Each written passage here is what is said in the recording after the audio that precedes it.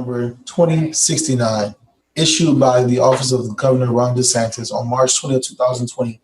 Municipalities may conduct meetings of their governing boards without having a quorum of its members present, physically or at any specific location, and utilizing communications media technology such as telephonic or video conferencing, as provided by Section 120.545B2 Florida statutes.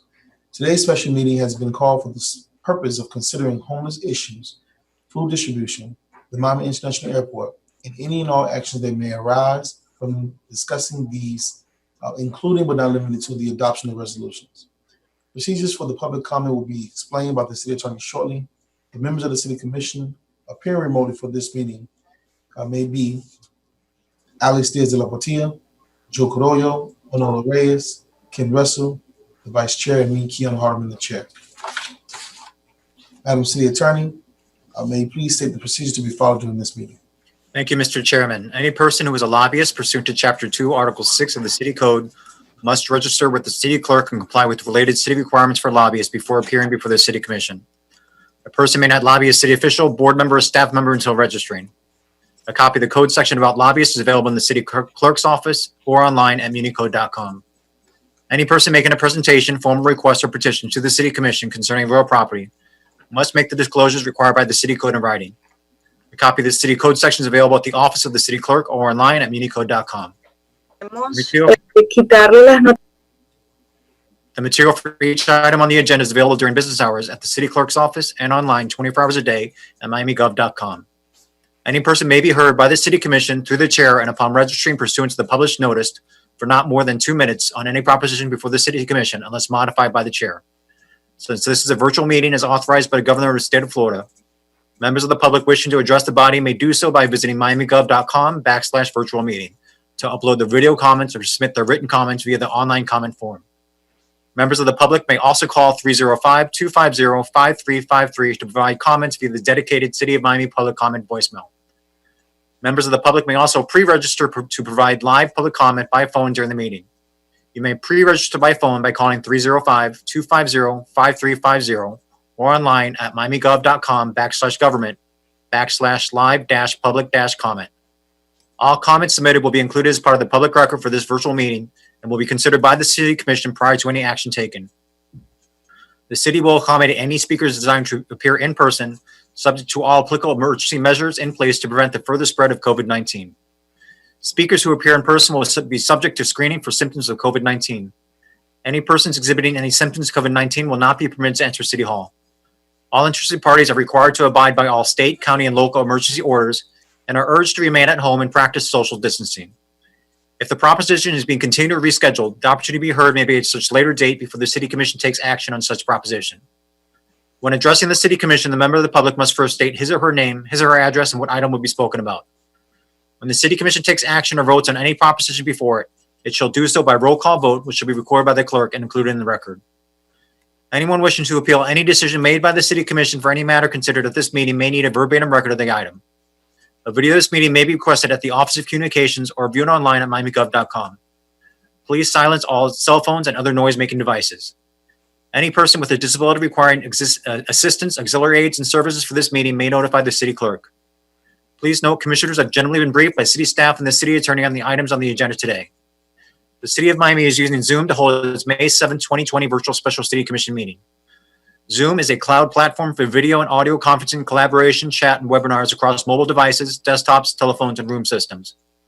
In order to ensure that the public has the ability to view the meeting, the city's communications department will broadcast the meeting through all the usual channels and avenues that are provided when a City Commission meeting is held fully in Commission chambers at City Hall. The meeting can be viewed live on Miami TV at miamigov.com/TV, through the city's Facebook page, on the city's Periscope channel, on the city's YouTube channel, and on Comcast Channel 77. The broadcast will also have closed captioning. Additionally, the city has not selected a virtual platform that requires the public to purchase or download any additional software or equipment to watch this meeting. Aside from the Zoom platform and that the participants will be appearing remotely, the public will have no discernible difference in their ability to watch the meeting. The city has developed several new methods for ensuring public comment for a virtual meeting. The first option is to allow the public to provide public comments via the dedicated City of Miami public comment voicemail by calling 305-250-5353 where individuals will be able to leave a 2-minute message that will be played during the virtual commission meeting. The second option allows for the public to submit a 2-minute video to be played during the virtual commission meeting. The third option allows the public to submit comments via the city's online comment form. The comments submitted through the comment form have been distributed to the elected officials and city administration throughout the day so that the elected officials can consider the comments prior to taking any action. Additionally, the online comment form will remain open during the meeting to accept comments and distribute to the elected officials up until the chairman closes public comment. The fourth option allows the public to pre-register to provide live public comment by phone during the virtual commission meeting. For all of the aforementioned options, all the comments received will be included in the public record of the meeting.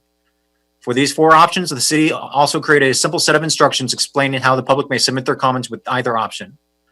Those instructions are provided in the notice to the public and published online at miamigov.com/virtual meeting. Additionally, like any other city commission, the public may provide public comment at City Hall. The city set up a terminal in the event members of the public travel to City Hall to provide public comment. However, due to COVID-19, all speakers desiring to appear in person will be subject to all applicable emergency measures in place to prevent the further spread of COVID-19. Speakers who appear in person will be subject to screening for symptoms of COVID-19. Any persons exhibiting any symptoms of COVID-19 will not be permitted to enter City Hall, but will be able to participate through the remote options described earlier. These 5 public comment options established and provided for the virtual special commission meeting comply with Section 286.014 and Section 120.54 Florida statutes. The city has published the agenda as well as included in the notice to the public pursuant to our city code and the items on the topics that will be discussed at the virtual special city commission meeting. Additionally, the public has been given the opportunity to provide public comment during the meeting and within reasonable proximity and time before the meeting via the public comment voicemail, online public comment form, the public comment video upload, and the live public comment by phone. Section 286.014, subsection 4, subsection C of Florida statutes specifically authorizes the city to prescribe procedures or forms for individual to use in order to inform the board or commission of a desire to be heard, to indicate his or her support, opposition, or neutrality on a proposition. The city, through its 5 public comment options, to provide 5 different procedures and forms to indicate, among other things, his or her support, opposition, and neutrality on the items and topics to be discussed at the virtual commission meeting. The city provided information on how to submit its comments in the notice to the public on a dedicated webpage and via its social media channels. Commissioners, please confirm you are comfortable with the notice provisions as set forth in these uniform rules of procedure we have established for the virtual meeting. Yes. Yes. Thank you.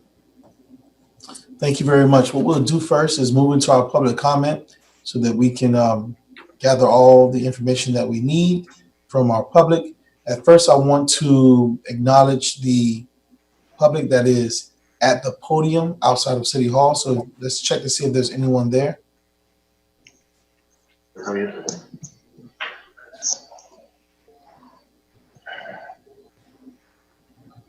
Not at this time. No? Okay. So let's now move into the live public comment on the telephone. Caller 1, you're live. Sir, you are now live with the commission. Go ahead. My name is Lino Morales. I live over here on 888 Biscayne Boulevard, Marina Blue. And I have been living over here for 3 years. When I came over, the Maurice Verde Park was having a guard that was in a car driving around. And the park was safe and it was clean. I take my dog every night. I don't know what happened. Out of the blue, the guard is not anymore over there. The park has been declining and all the homeless have been taking over. You cannot go. They are defecating. They are urinating. And it's not safe anymore. So some of the people that live with me over here have been afraid because they have been attacking them. And now with the coronavirus, they close the park. They move all of them to the front. Now they are congregating in the front. So if you are trying to solve a problem, you are creating a problem because you have like a 40 to 50 homeless at the front of the park next to each other. And some of them, they are walking the street, they are going to the CVS that is down here, and they are doing what they are not supposed to do. So that's my comment. Thank you, sir. Caller 2, you're live. Sir, go ahead. You're live now with the commission, sir. Sir? Hello? Sir, are you here? Let's go to caller 3. Okay, go ahead, sir. Muted. Oh, I don't want to talk. I just want to listen. I'm listening now. Okay, caller 2 doesn't want to speak now. Okay, caller 3. Hello, sir. You are live with the commission. Please speak. For allowing us to speak on this issue. My name is Ricardo Luces. I am a resident of downtown Miami. I reside at 900 Biscayne Boulevard. And as a resident of downtown Miami, just want to say that the homeless issue is becoming a very, very frustrating issue for all of us that live and work in downtown Miami. In 2015, I risked everything, and I took everything that I owned, and I used it to invest in a property in downtown Miami on the promise that it was a good neighborhood, that it was a safe neighborhood, and all of the problems of the past had gone away. I took my life savings, I invested in the community by buying a property and moving my family to downtown. And all I can say is that since 2015 till present day, this homeless situation continues to get worse and worse and worse. It is creating a health issue, it is creating an environmental issue, and it is creating a safety issue for those of us that live in this community. We have a beautiful downtown area, but unfortunately that beautiful area extends from Biscayne Bay to about 2 to 3 blocks west of Biscayne Bay. After that, our city is literally being turned into a third world cesspool of decay, debris, health issues, and it's got to stop. I want to turn the commission's attention to the park known as Maurice Ferré Park, formerly known as Bicentennial Park. This is the park that lies between American Airlines to the south and our 2 beautiful museums to the north. Millions and millions of dollars were invested by this commission and by the taxpayers of this community to transform that park from what was a disgusting, horrible, dangerous place known as Bicentennial Park to this beautiful park that we have now. And after investing these millions of dollars, it has become abundantly clear that we are now neglecting this park, specifically as a result of the homeless issue. When I moved here in 2015, up and through about last year, our museum park had rolling security in it. The rolling security was there to enforce the safety of the people that use the park. They were there to make sure that after 10 or 11 o'clock at night, when the park closed, no one moved in and no one was there. And for some reason, about a year ago, the rolling security was taken away. When I contacted my commissioner about this because I saw the growing homeless problem in the park, my commissioner's office, who responded to me, said, we're not involved with that. You have to contact Joe Carollo because he's in charge, or his office is in charge of Bayfront Park and Museum Park. I contacted that office 3 times via email, 2 times via phone, and no one ever responded to me. So that's why I signed up to speak with you all this morning. Thank you so very much for your comments. Your 2 minutes has expired. Video of how each and every night Museum Park. Caller 4, you're live. Hello, ma'am. You're live with commission. Speak now. Good morning, everyone. Thank you for taking the time. Can you hear me? Yes. Yes, we hear you. Okay, thank you. My name is Christine Michaels. I am an owner here in downtown Miami at the Riverfront Condos, the Ivy Condominium, 90 Southwest 3rd Street. I've lived here for 23 years, originally still owning a condo on Brickell Avenue, watching this area transform as high-rises go up. North of the river here, the scenery has continued to decline. Very briefly, to give you my background and how I know so much about the homeless situation, I own a walking tour company, and talking about the history and culture and architecture in South Beach and in Little Havana. Many people have been very successful. People have asked me me to start the same thing in downtown Miami, which I have refused, given the growing concerns that have been already addressed by other residents. When I got involved in South Beach, just a little history, I was a volunteer for the Miami Design Preservation League, leading a tour, and just as I started, a homeless person passed me and with his whip in his hand, flashed me across the face. Now, some people would be scared, angry. I was not. This is my very first time contact with the homeless, and my initial reaction was I felt sorry. There was so much homeless in South Beach at the time. But I got involved. I wanted to give them jobs, and shocked to learn they laughed at me. They got more money tipping off the towing companies with cars illegally parked and so forth. So as I got more involved to learn more, I learned Miami at one point, I forget the year, we're touted as having some of the best programs in this country. And I was very proud that Miami did help so much. But as you all know, there's plenty of help for those who want it, but it seems we are now enabling them.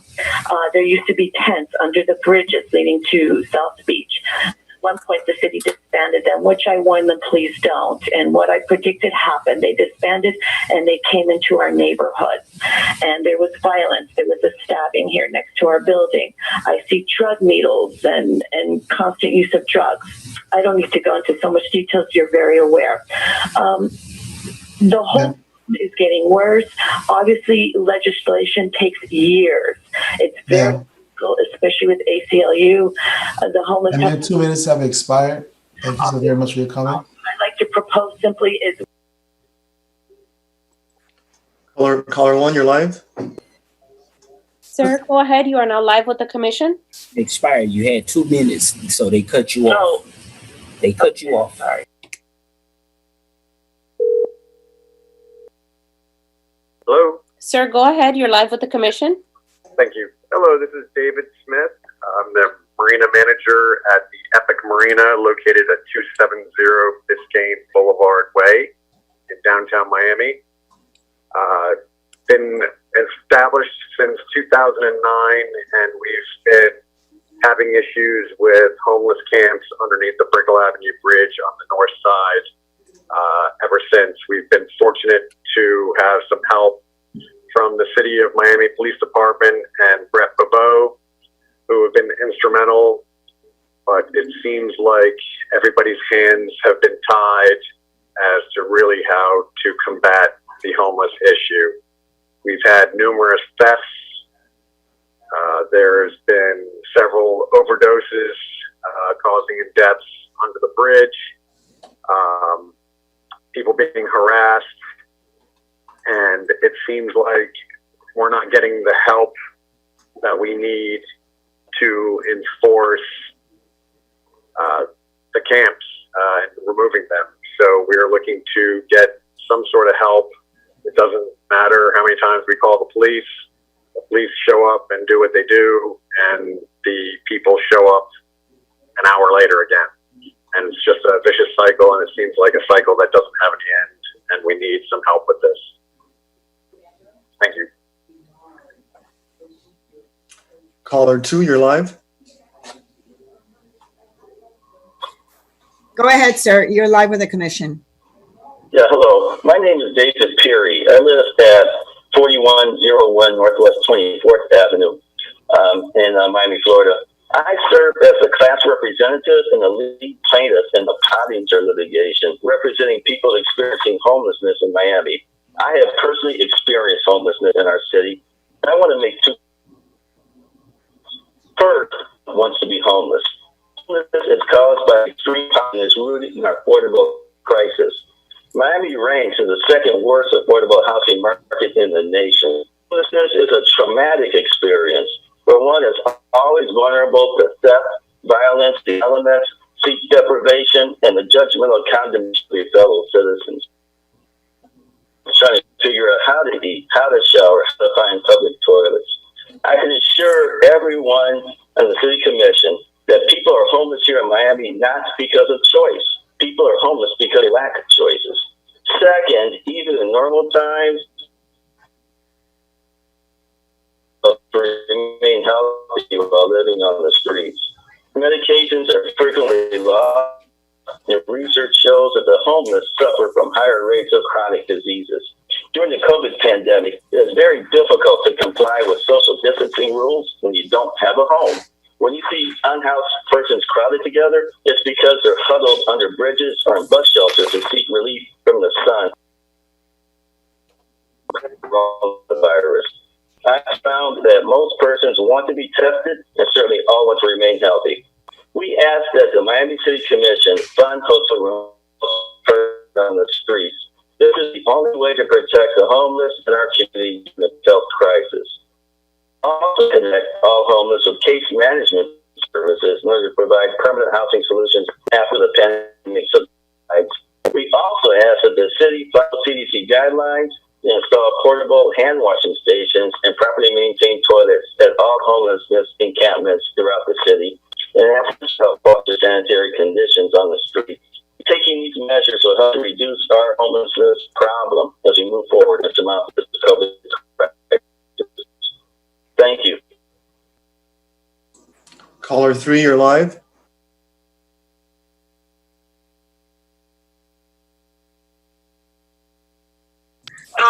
Good morning.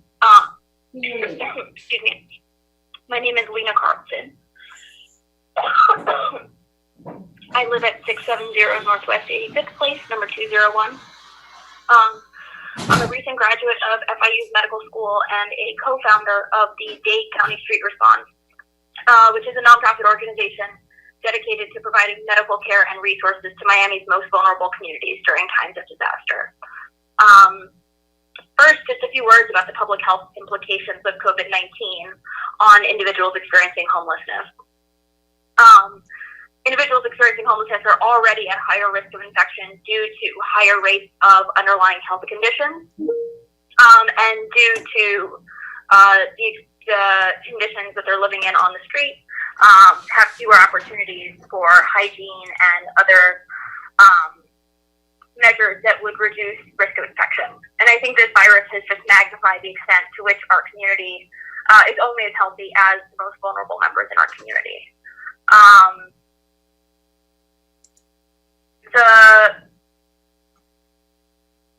What our organization has done so far is basically put a Band-Aid. We have provided accommodations for the chronically unsheltered to live safely in the street. We've provided mass testing through both the PCR and the antibody testing for population sampling of the virus. We've handed out tents, we've handed out toiletries, we provide hand washing stations with clean water, showers, masks, and clean clothes. There are two things that we're asking for. The first is for the Homeless Trust to take over this work and provide immediate emergency housing for people living on the street. It is shameful that we, a small nonprofit organization, and several other nonprofit organizations are being scrappy and providing these basic human needs for people living on the street. And we should all be ashamed of that as members of the Miami community that has come to this. The second thing that we're asking is that the City of Miami Police Department stop disrupting the temporary encampments that individuals have set up to keep themselves safe and socially distanced during this COVID-19 pandemic. We've given out tents for people to maintain social distance from each other and to protect themselves from the elements. And we've heard back from individuals experiencing homelessness that the City of Miami Police Department has been slashing the tents. I want to direct you to the CDC website for people, for individuals experiencing homelessness, which explicitly states that encampments should not be disturbed during this time as a public health measure. And just, I mean, like, let's remember what the previous caller said in terms of compassion and humanity. Nobody wants to be homeless. And we need an immediate emergency solution for this. Thank you very much. Caller 1, you're live. Sir, go ahead. You are now live with the commission. Sir, go ahead. You are now live with the commission. Okay. Hi, my name is Dr. Armin Henderson. I'm a physician at University of Miami Hospital, and I live in Miami-Dade County. Thank you for having this meeting. First of all, I appreciate the time that you've taken out to address this serious topic. I first want to talk about the the way in which we've engaged the homeless population over the last 2 months. Been working with a couple of organizations, Dream Defenders, the Smile Trust, Dade County Street Response, and others that we normally work in crisis situations. And so when we knew that the pandemic had first started, we knew that we were going to have to be activated just to fill the gaps where government organizations basically were not. And so we took on this feat at the beginning of March to figure out the best way to go about talking and figuring out ways to address the chronically unsheltered and the public health risk that they pose to people in Miami-Dade County. And so, the first thing I did was reach out to the trust and figure out how can we develop a good working relationship. And so when I did that, I basically was shut down. And since then, we provided hundreds of tents, 500 or plus tents. We provided hundreds of tests to individuals living on the streets. We provided toiletries and thousands of masks. And we've all the way up until today developed an actual site where we're providing thousands of individuals with showers, hand washing stations that don't smell like sewage, and also portable toilets that people service every day. And so, we're very invested in the health of this population. And so we're here because we really care about this population, and we want to make sure that the people who are in charge and get paid to take care of these population are actually doing their job. And so, first of all, I want to say that most of the individuals that live on the street right now are chronically unsheltered. The actual shelters themselves are thoroughly crowded. There are really no resources for individuals who are, live on the streets and have serious mental illnesses or suffer from drug addiction, etc. And so, within a pandemic, it creates a particular higher risk because these are the individuals that are sleeping on the streets. These are individuals that are also, have to use the bathroom, etc. And if we're not paying special attention to these individuals, then when we do decide to open up the city, then we're going to have a problem. So my recommendations, based on what we've done over the past 2 months, are number one, to expand testing for all individuals living on the streets and in the shelters, to provide basic protective materials like masks for individuals. There was no one handing out masks for those who are chronically unsheltered, and the arrest of homeless people for being homeless, and stop breaking down tents. We actually have data where, the city of Miami and the county are actually arresting people and putting them in jail. Normally during crisis situations, this is something that we've done in the past, but because the jails are overcrowded and also a nidus for infection, it's not something that we should be doing. And other states have adopted similar guidelines as well. We should urge the county to enact Chapter 288.1166, which allows professional sports arenas to be designated as shelters for the site of homelessness and establish local programs for addiction and mental health.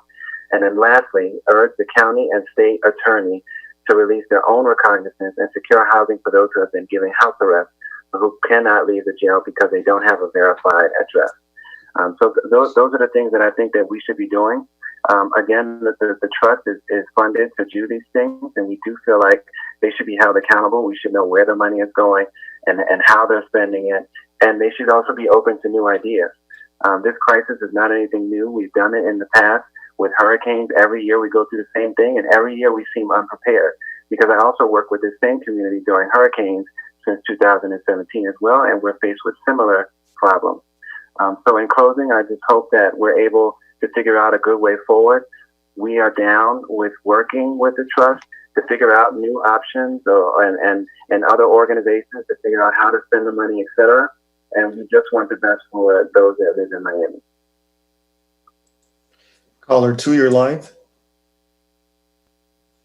Sir, go ahead. Right now with the commission.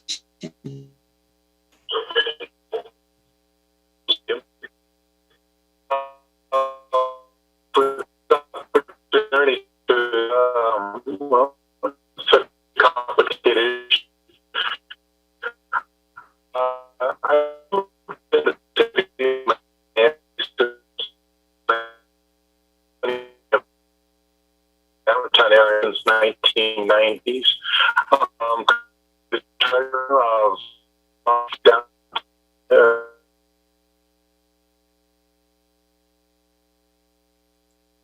Let's go to caller 3.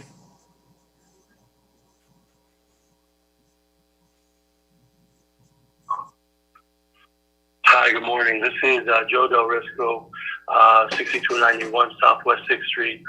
Good morning, Mayor, Commissioners. Thank you for your time. The reason why I'm calling is because, there is a lot of chat regarding a property here at 63rd Avenue and 63rd Court and Southwest 6th Street. The city bought all of these lots, 7 out of 11 lots, to turn it into a park. Some of the information is that the park isn't going to come, that maybe part of it is going to be a park, the other part is going to be used to build multifamily housing, etc. And I really just wanted to get an understanding. A lot of neighbors are going around. This is becoming a really hot issue in the neighborhood. And I just wanted to get clarification as to, everything says it's supposed to be a park. We want a park. We welcome a park. We thank you for authorizing the use of city funds to buy and build park land. It's great for our neighborhood. It's going to be great for our children, etc. We welcome it. We just want more clarification. We want direction from the commission as to what's going to happen there. And I want to reiterate how I feel, how hundreds of neighbors around here feel, is that we want a park and nothing other than a park. And we want our neighborhood to remain single-family residential. Thank you for your time. Caller 4, you're live. You can speak with commission. Hello? Hello, I'm here. You're ready to speak? Yes. Okay, perfect. My name is Evan Yepes. I'm the property manager for the Riverfront community here at 92 Southwest 3rd Street. We are a 13.5-acre semi-gated community property with 3 buildings and over 1,500 units. We are in a situation where, since my arrival 6 months ago, I've been working diligently to try and control the homeless situation that is continuing to worsen just outside our community. Hello, sir. This is Gary calling from the city of Miami. I'm with the commission live hearing. I believe you. Good morning. I believe you put your name down for. This causes a lot of security and safety issues that our residents are concerned about. We did have an assault last year on our property from a homeless person where a female resident was physically assaulted right at our private dog park. And since then, I began to present numerous homeless incidents to the DNA meetings that are held on a monthly basis. This led me to working with Commander Reguera and his team, who has a great set of officers who help protect our area. But it just seems as though with the culmination of trying to work with Vickers and Sergio Torres and the Human Services Department to try to organize and make certain situations more aware to the public, it just so happens that we feel that there needs to be additional funds put towards helping support the homeless. I've worked with Rickers, I've worked with Torres, we've communicated, we've been in meetings.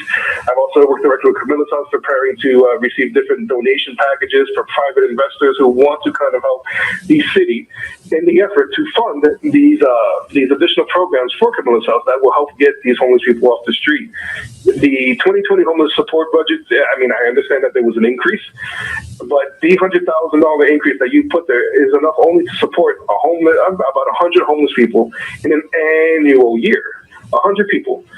There is a homeless trust that has a $65 million a year budget, which I believe needs to be tapped into in order to at least fund the programs that are necessary to help our streets seem safer for our residents. Because when a mother can't walk her baby down the street, when a babysitter, when a dog, someone walking their dog can't go without being in the center of the favela of downtown, which is what it looks like. I just feel that this commission needs to step it up and make sure that we can do everything that we can to try and help the situation that's dire and out there. Thank you very much and have a good day. Caller 1, you're live. Sir, go ahead. You are now live with the commission. Thank you. Good morning, Commissioners. My name is Ryan Solomon. I represent the Hyatt Regency Miami as well as the James L. Knight Center. I would like to bring up the topic of we've had a big uptick in the presence of homeless in our property during all hours of the day. In some instances, the encounters do become aggressive and confrontational. We are being proactive both as a Hyatt entity and as the James L. Knight Center by minimizing entry points and closely monitoring our CCTV systems and our security patrols to mitigate the entry of homelessness. We are looking to work with the city or to try to address this issue during these times, as we are still open for essential personnel.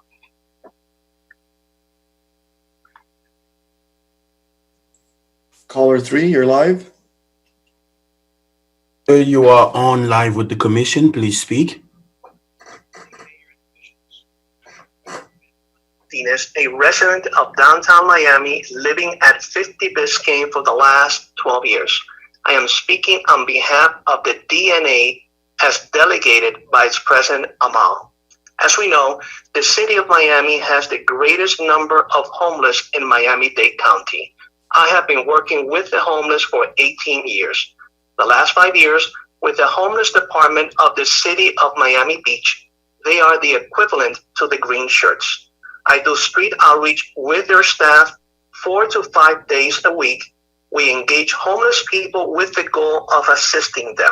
We also hire a number of homeless people that have been placed in shelter as part of the outreach team. Based on my experience, these are the 3 categories of homelessness. Number 1, homeless that will accept help today. They will accept shelter, permanent housing, and relocation to be with family or friends. Number 2, homeless that will not accept help today. These are the hardcore vagabonds, substance abusers that live a reckless lifestyle. They are homeless by choice. Number 3, homeless having severe mental illness and do not understand they need help. The city of Miami needs a no camping ordinance equivalent to the one in the city of Miami Beach. Tents are not allowed and it is enforced by the police. Once again, the city of Miami is becoming a tent city. Tent city is growing underneath 95 and other areas of the city. Homeless by choice should not be condoned. We need to get ahead of the curve before we return to this tent city underneath 95 and avoid what is occurring in other cities like San Francisco, Los Angeles, and New York City. Homelessness should not be an acceptable lifestyle. It affects them and it affects the life of all citizens, the quality of life, and the economy. When we open the parks to the public, we should close the public parks after midnight, maybe from 1 to sunrise. Beaches and parks are legally closed in Miami Beach at night and avoid camping in the parks. Maybe we need to increase substance abuse programs, rehab centers, and work programs. Maybe we should engage groups that come to downtown to feed the homeless and inform them why their kindness is promoting homelessness, not helping to reduce homelessness. Engage the residents to explain why giving them money will most likely lead to promoting homelessness, substance abuse, and a homeless by choice lifestyle, instead of working to be independent. I thank you for listening. Caller 1, you're live. Sir, go ahead. You're now live with the commission. Good morning, everyone. My name is Rick Medero. We have property in the Fairlane area, and basically we have heard that there was going to be a park that was going to be built on the 63rd Avenue area, which we are very much in agreement with. This is exactly what we would like to happen. Unfortunately, what we have heard is that there might be a building going up as well after some kind of, after some research. We have found that there might be some buildings going up, not just a park, and we're definitely 100% against that. It seems like it's supposed to be just a park, which all the neighbors, I believe, are for it. Unfortunately, if this building goes up, it will affect our property values, which is exactly what we don't want. There's a lot of people moving into this area that are bringing up the prices and making the community a lot better. And we would think that it's a detriment to this, area if you were to put some kind of building up there, low-income housing, whatever kind of building, especially without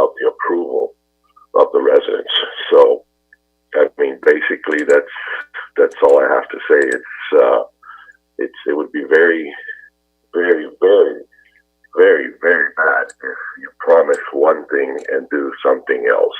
And that's exactly what we don't want. So we want pure transparency. As you can see, people are calling and becoming involved.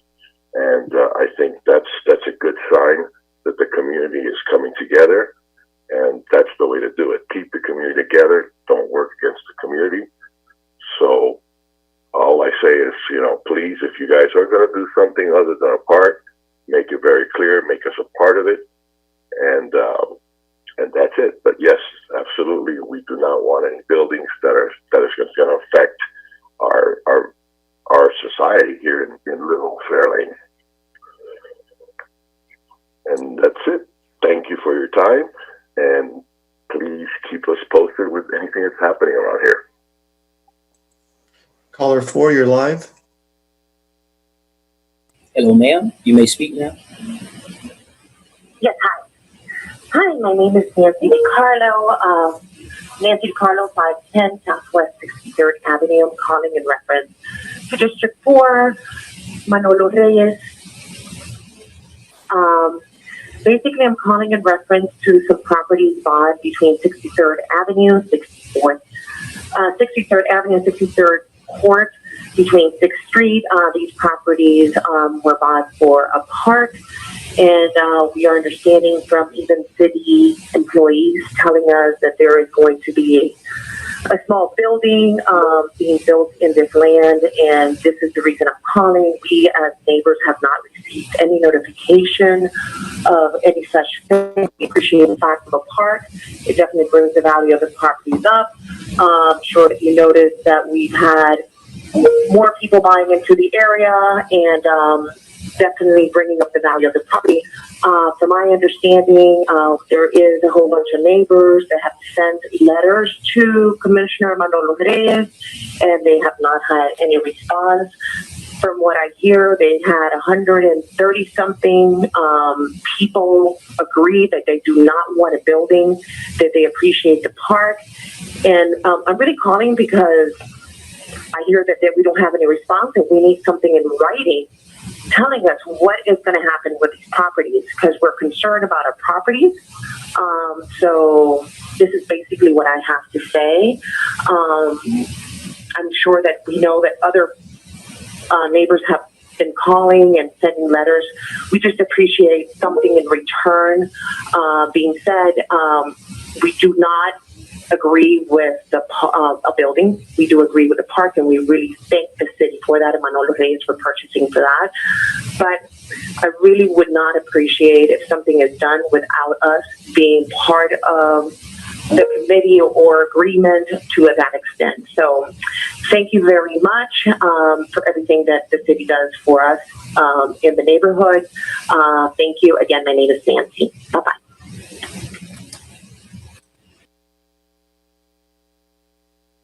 We're moving over to video comment. Please keep in mind some of these do not have audio.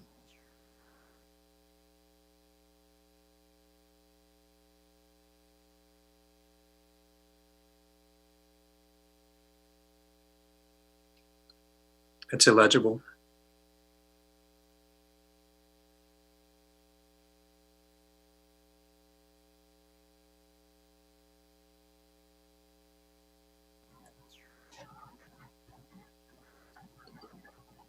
Hello, my name is Audrey Dennis on behalf of Miami Homes for All. We're located at 1951 Northwest 7th Avenue, Miami, Florida 33136.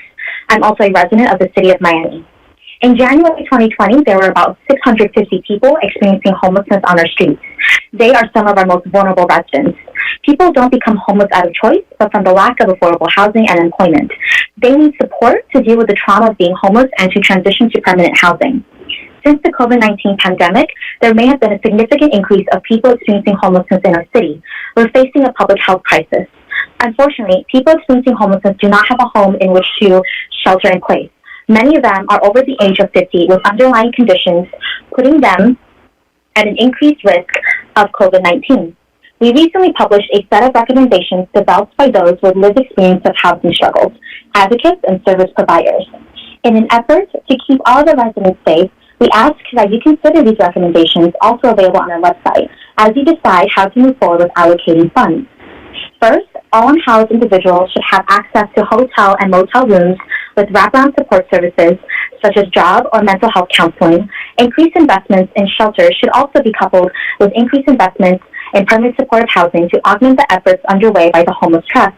Next, it is critical that unsheltered persons have increased access to properly maintained hand-washing stations and portable bathrooms. Thirdly, we must increase testing efforts and health outreach education with the aim of making testing available to all who need it. And finally, there are many teams out in the city conducting testing and ensuring the safety of those experiencing homelessness. They and the people they serve need personal protective equipment to remain safe. This equipment for those teams and for those experiencing homelessness will allow for increased testing efforts to continue and will slow the virus. Thank you. Hi, my name is Jeanette, and I'm here to say that I'm very grateful for something like this, that we're actually able to shower and get some fresh clothes and cold water and new masks and sanitize our hands, things that are so very important. We're trying to keep healthy and clean out here. The coronavirus, everybody's scared of it, so we're sleeping on the streets. There's no shelters. The shelters, I mean, if you're able to get into them, and you got to know someone, it takes forever to get into them, and they're sick as well. I mean, how can you properly distance? I've been furloughed since March 23rd. Still, since March 23rd, it's very hard to say, but I was able to say, but I'm on my last few pennies. My stimulus hasn't come in, my taxes, my CARES Act, my unemployment, nothing has come in. This is a really scary situation, especially for a woman. Especially for a woman who really doesn't, I mean, who likes to be on the streets? Nobody likes to be on the streets, but right now there's no housing, there's no nothing for people to help people. I think Florida needs to have more programs in place for housing, because it doesn't matter. You go into a shelter system, you're in there for, 60 days?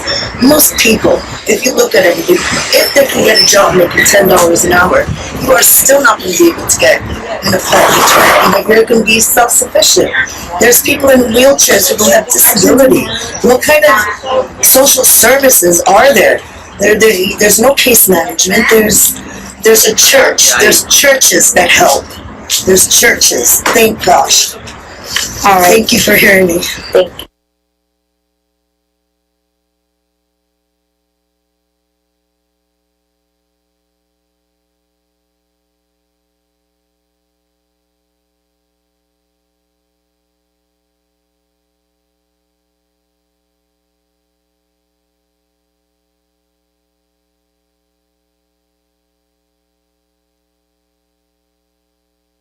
It's impossible to read some of these. It'd be great if we could have them read to us.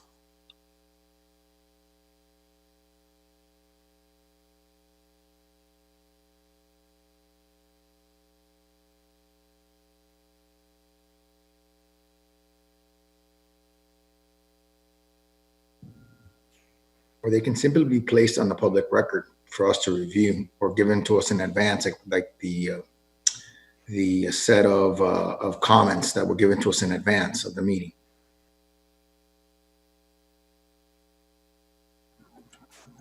We'll work on transcribing these, and we'll do it that way for next meeting.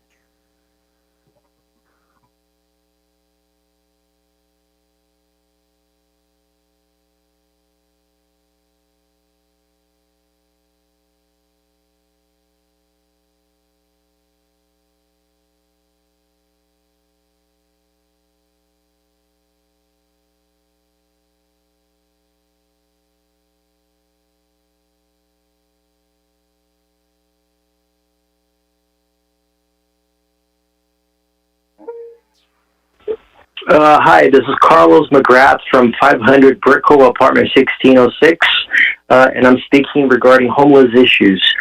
So I've noticed an increase in homeless people here in the neighborhood, and then, of course, I'll give some money and whatnot, but I think it would be interesting if the city came out with a one-pager in PDF and they published the website, just with resources available in terms of shelter, food, medical treatment such as psychological and whatnot, so that we residents can print and direct these people to what's available, because I've been seeing them daily. I don't know the information, they don't know the information, so it seems that there's we don't have the resources readily available. So I think a one-page or PDF document will be very helpful that we can print. I would even print a few, and I always have in my backpack. As I see one, I'll hand it out. Thank you. Hello, my name is Stephen Snavely. I'm an attorney and professor of law at the University of Miami, 1311 Miller Drive, Coral Gables, Florida, 33146. I'm speaking today on behalf of attorneys representing persons experiencing homelessness in the case of Pottinger v. City of Miami. I'd like to make 3 points. First, we fully support the recommendations urged by Miami Homes for All.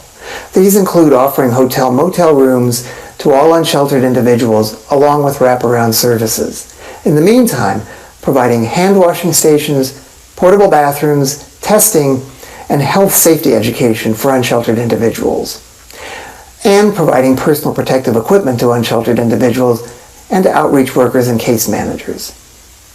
Second, while we applaud the steps the city and the Homeless Trust have taken to date, the scope and pace of these efforts must be greatly increased.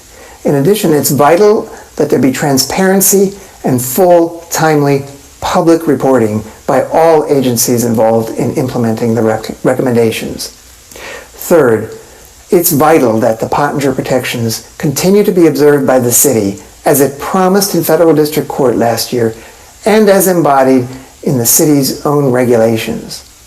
The Pottinger protections have one core purpose: to ensure that individuals are not arrested or harassed or have their property taken or destroyed simply because they are homeless. Observing the Pottinger protections in no way impedes the city from taking the necessary steps to protect the health, safety, and lives of this most vulnerable population and of everyone in Miami in this time of crisis. Thank you.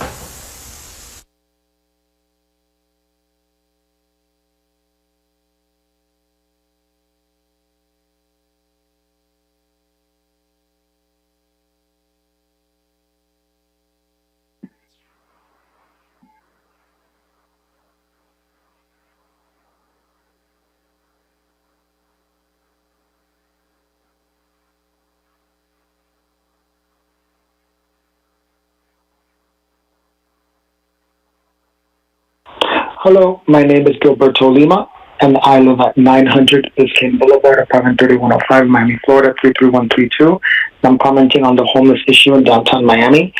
I live in front of Museum Park, and that park has turned into a homeless shelter. All the homeless people sleep there. The benches, because these benches don't have dividers like the bus benches do and anything like that. They're just flat surfaces. All the homeless people just use that as their beds, and apparently this is like nothing is being done about it. They sit there. They obviously use the park as their bathroom, and it's just that park, which was once like a sort of like a good investment to have in front of your property, has now turned into something that nobody wants to go to. And something needs to be done about the homeless people in the park. I don't see why it's legal for people to sleep outside in a park or loiter in a park or just run around and make it a mess. Something needs to be done about the homeless situation in front of the park. And nothing seems to be done about it. Nobody seems to care. In fact, there used to be a sort of like a park attendant. They used to go in a golf cart. That hasn't been there anymore, and which is making the situation now even worse. And in fact, just recently now, I've seen the homeless people, and I don't know if it's because of the coronavirus situation, but now they've actually have tents. So now instead of the situation being better, it's actually gotten worse. So yeah, I would like to see something being done about that. Thank you. Goodbye. By the way, my name is Marshall Davenport, and yes, I am homeless. And during this epic of this coronavirus, these are some of the things in which myself and the rest of the homeless had to go through. Like, the biggest problem was no work to earn income for those who are homeless that are able to do for themselves. You know what I'm saying? To own income. Making sure that the homeless have types of SNAP benefit or insurance by the state, like for such medical reasons. We couldn't even go to hospitals, you know, because of the restriction about the coronas and everything. As for someone being homeless such as myself, it was a very hard thing to look at the environmental sciences of the everyday life of the state of Miami and West Palm Beach, Florida, to see how the President of the United States and the state governor announced upon TV a state of emergency need to social distance, but never once did anything for the homeless, but left us homeless out up on the street to die. And besides the point, all the other shelters lock their doors upon no intake or anyone seeking shelter to get tested for the virus and processed for shelter assessments. Another thing, I felt like it was discrimination by the state of Florida towards the homeless and the state governor and the President of the United States. We're just being able to run into this program of Dream Defenders, which are enabling us right now to be able to get showers, clothing, hygiene items, meals daily. Another thing is, like, I work for a labor pool company, but just here in the state of Florida, we are not even able to file for unemployment, but yet we can file for income taxes. Personal information and documents that got damaged due to rain and items being stolen behind changes due to this epic. Who's responsible for that? And majority of the homeless lost everything. I mean, a lot.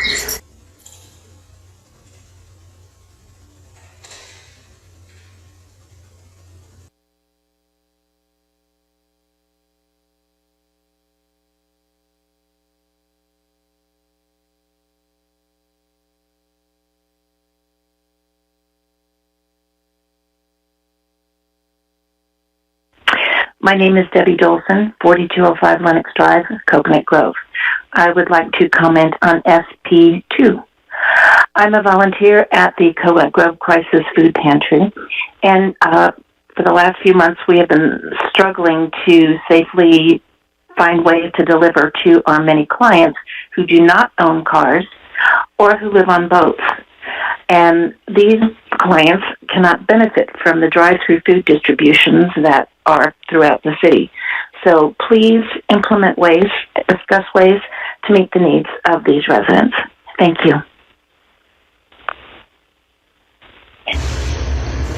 Hello, my name is Radina Danica Conway, and I would like to share a little about homelessness as it relates to me, shed more light on my experiences, and put a face to the issues and struggles that are shared by so many. I would also like to take this time out to acknowledge my late baby brother, Lloyd David Williams Dassau, who passed away January 9, 2018 by suicide. My baby brother David feared homelessness more than death itself, and was actually known for having these feelings during his waking life. So for me, my plight with homelessness has been a very strenuous and intimate fight, one I have faced since aging out of foster care. And to be more accurate, homelessness is a fight I have faced my entire life. There's more to homelessness than the loss of a home. I myself struggle daily with social, emotional, and sometimes psychological issues, none of which have stopped my ability to completely support myself, but they have limited my ability to fully function properly in this society. Homelessness is impossible. I do not have family support or social support. Homelessness is not a fight that should be faced alone, and I would like to receive resources that does not allow so many unfair, unrealistic, disqualifying criteria. I would like a fair opportunity to truly recover from my past traumas so that I can grow into a strong pillar of my community and simply give back. I would like help with correcting the many injustices I faced as a result of homelessness, many of which hinder my progress today. I would like to see these things made possible for everyone who suffers from homelessness before the pandemic, during the pandemic, and after the pandemic. To me, asking for help with homelessness means opening doors that should not be closed. Thank you for this platform. Thank you for this opportunity to be heard. And I do pray that help is coming. Thank you and enjoy your day.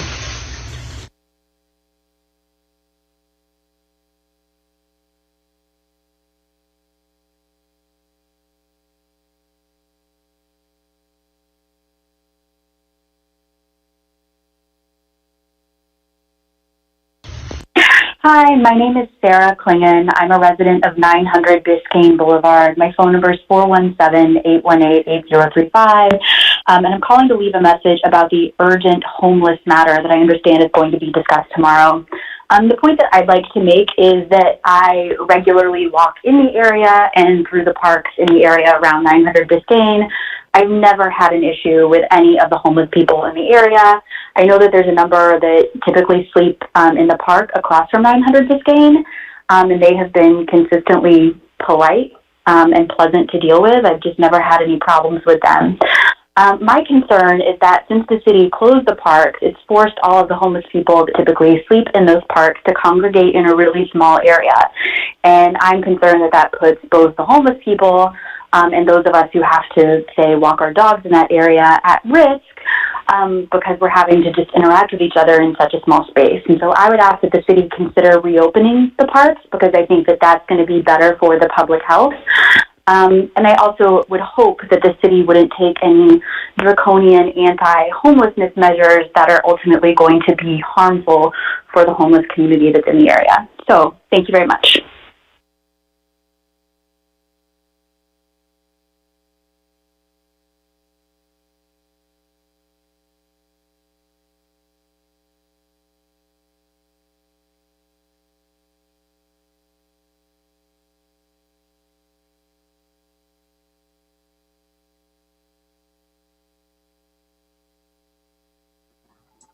That's the end of the video public comment. We'll be sending screenshots to the commission shortly of the letters. Okay.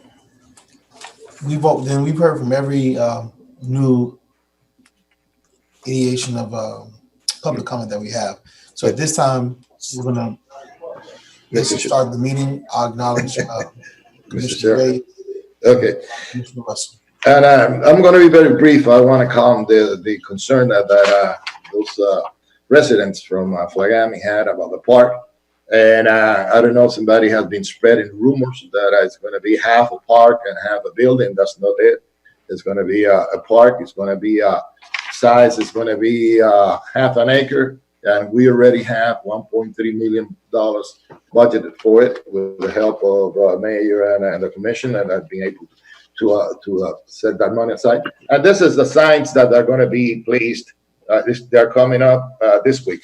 So don't let anybody, you see in Spanish that we have a word that when rumors are started, we call it Radio Bemba. And don't listen to rumors or anything until you are, and everybody that has contacted us, we have contacted personally. And we have talked to them and we have participated in this. And you have been only 3 people. Thank you. You're welcome. Commissioner Russell. Thank you, Mr. Chairman, and good morning. Before we close public comment, I just wanted to recognize that we have representatives from both Camillus House and Lotus House in the attendees section. I don't know if they'd like to speak at the public comment section or if they're available to participate during the actual discussion item, but they may be interested in letting us know what the shelters are doing during this time and be available for any questions we have. Okay, I'll acknowledge them just after I hear from Commissioner Aziz Portilla and Victoria Mendez. Thank you, Mr. Chairman. My question was kind of the format for today's meeting, how you want to handle this meeting, Mr. Chair. Last week, as you know, some comments were made and that turned into a much broader debate about homelessness in Miami, which is obviously a very complex issue that has many, many difficult questions and few answers that we've been dealing with for way before any of us got here. I brought the issue up last week and I called for the special meeting this week to kind of talk about it in the context of COVID-19.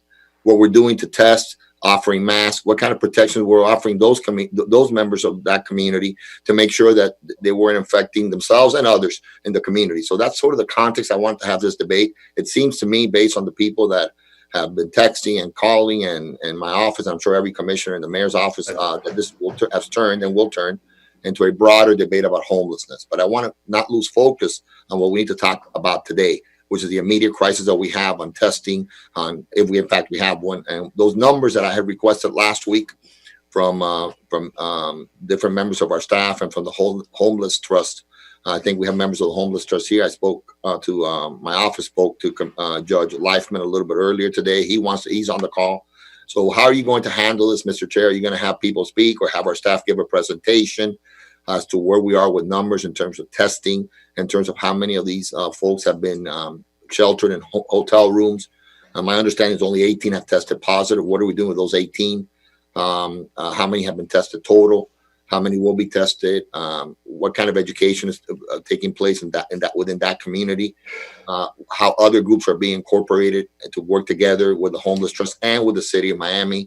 How much money the City of Miami is spending? Well, the list is a long list of issues that we need to address, but I want to be specific to what's happening with specific in light of the crisis that we're undergoing right now with the COVID-19 pandemic that we're facing. Commissioner Diaz de la Botilla, that was great insight.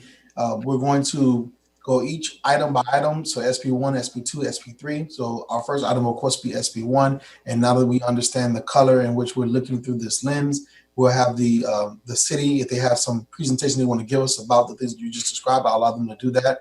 And then we can, as commissioners, chime in back and forth. If there are any comments that need to be made by anyone, such as from Camilla's house or even Judge Leifman, who for the first time, this is my first time ever being somewhere and a judge enters a room and I didn't stand. So, for the record, I didn't do it purposefully. Give you a waiver this time. I got a waiver.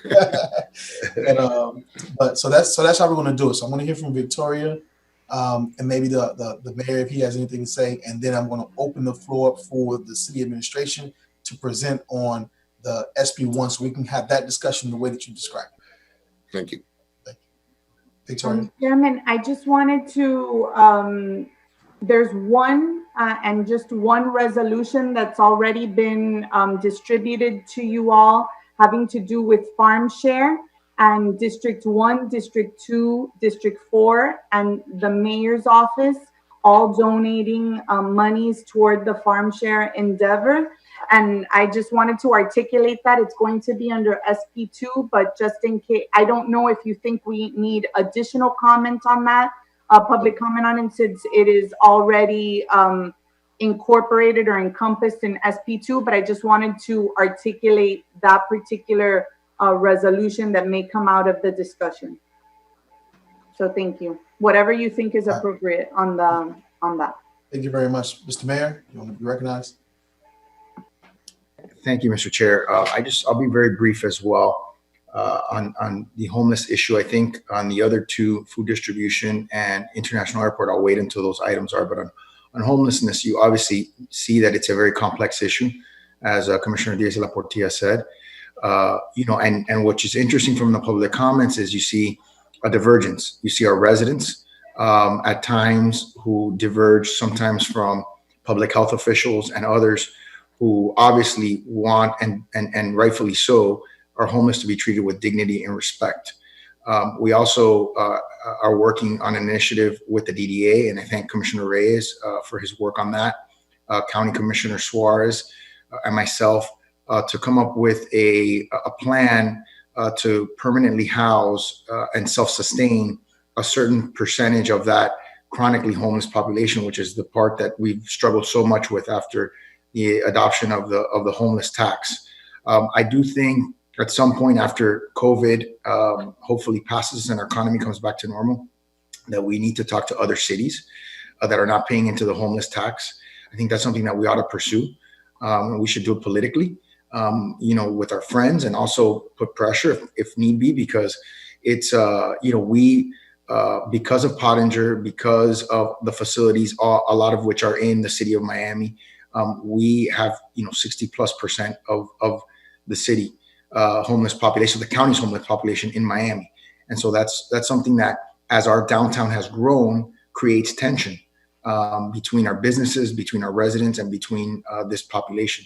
I also think we need to figure out a way. I know we tried to legislate it a while ago, years ago, in terms of the homeless feedings, but there has to be a way to channel this positive energy that all of these churches and groups are trying to do in feeding the homeless, and link that up with people like Dr. Henderson, who are doing great work in trying to provide services so that we can understand the population better, know who they are, know what their what their issues are, whether it's medical, whether it's substance abuse.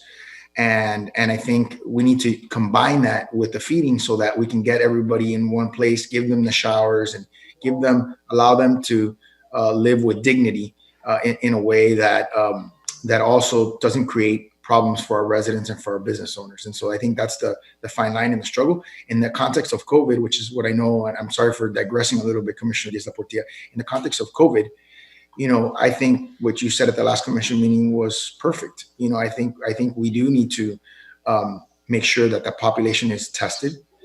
We do need to make sure that they can be housed. We do need to make sure that they not only not present a medical risk to themselves and to others in that population, but to the general public. And I think you articulated that last meeting where you said, I think you sort of laid down the law, if you will, and talked about our government really providing the resources to be able, at least on the testing side, to be able to test every single homeless person. And I totally agree with that. And I think while we've made a significant amount of progress as a society, as a city, and that's reflected in the lifting of Pottinger and some of the statements that were made by the federal judge, I do think that we have a ways to go. And I know, at the end of the day, we're talking about 700 to 800 people. We have to be able to figure out a way. I think we all agree. We have to be able to figure out a way as a community to take care of 700 to 800 people. There's got to be a way for us to do that. We don't have, thankfully, Los Angeles or San Francisco's problem with homelessness. So they're in the tens of thousands. And when you're talking about 700, 800 people, we've got to find a way to compassionately service that population. Mr. Chair. Thank you very much, Mr. Mayor. Mr. Reyes, you recognize. Yes, I agree with Mr. Mayor. I agree with you. And first and foremost, I want to thank Commissioner Diaz-Portilla to bringing this issue, which is very important. And it doesn't only affect the downtown area or any single district. It affects all the districts. District 5 is very, negatively affected. District 3, my district, I have some. And this is a problem that we should address. And I heard that you mentioned street feeding before Art Noriega became city manager.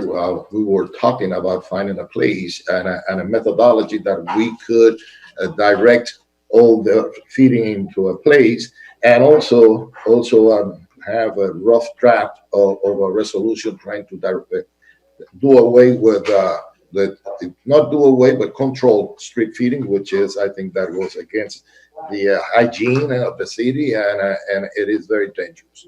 And I would like to hear from everybody, and I'm glad, and thank you, Josh Latin, to be here, because I know that we have a bunch of programs going on, and there are programs that have been tested in other areas like Housing First and all of that. But my opinion, and my humble opinion, is that we should not divert from why the meeting is called, but we should take also all the other issues that affect our homeless population. And I have been all the time asking myself, why don't we work in I would say it in a comprehensive way, that all these programs, we can work together and try to use the funds efficiently. You see, we have to look into best practices that all the cities like Columbus, Ohio, and that they have done in Utah. The state of Utah did a wonderful job. New York on all of those. And one thing that they have in common, it is a coordinated effort that in some instances they have even included the church, and a coordinated effort between the homeless trust, the cities, and as you well stated, Mr. Mayor, we have to incorporate all the cities that they also are affected by the homeless population. Treating them like it doesn't mean that we have to treat the homeless in a very negative way, treating them as they are. They're human beings, that they have problems, and try to solve these problems using they are techniques and they are policies that have been used in other areas that we should incorporate it. And also Josh Latin, he has an excellent idea. Hermanos de la Calle have an excellent idea. They want That's the program that you and I and that I was working on. And but we should get all the resources together and then try to have a coherent, comprehensive program in order this issue, instead of spending money this way and this way without knowing where we're going. That is my 2 cents on it. And thank you, Commissioner Diaz de la Portilla, for bringing this up. Okay, so at this time, I'd like to acknowledge our city administration so that we can present any of these issues or what we're doing from the city's perspective on the homelessness during COVID-19. And then from there, I'll allow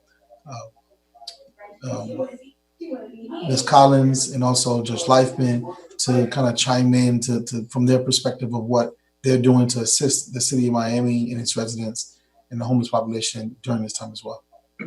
So good morning, everyone. I want to allow Milton to sort of address the issue of testing along with the members of the Homeless Trust first, and then we'll get into the financial structure of it.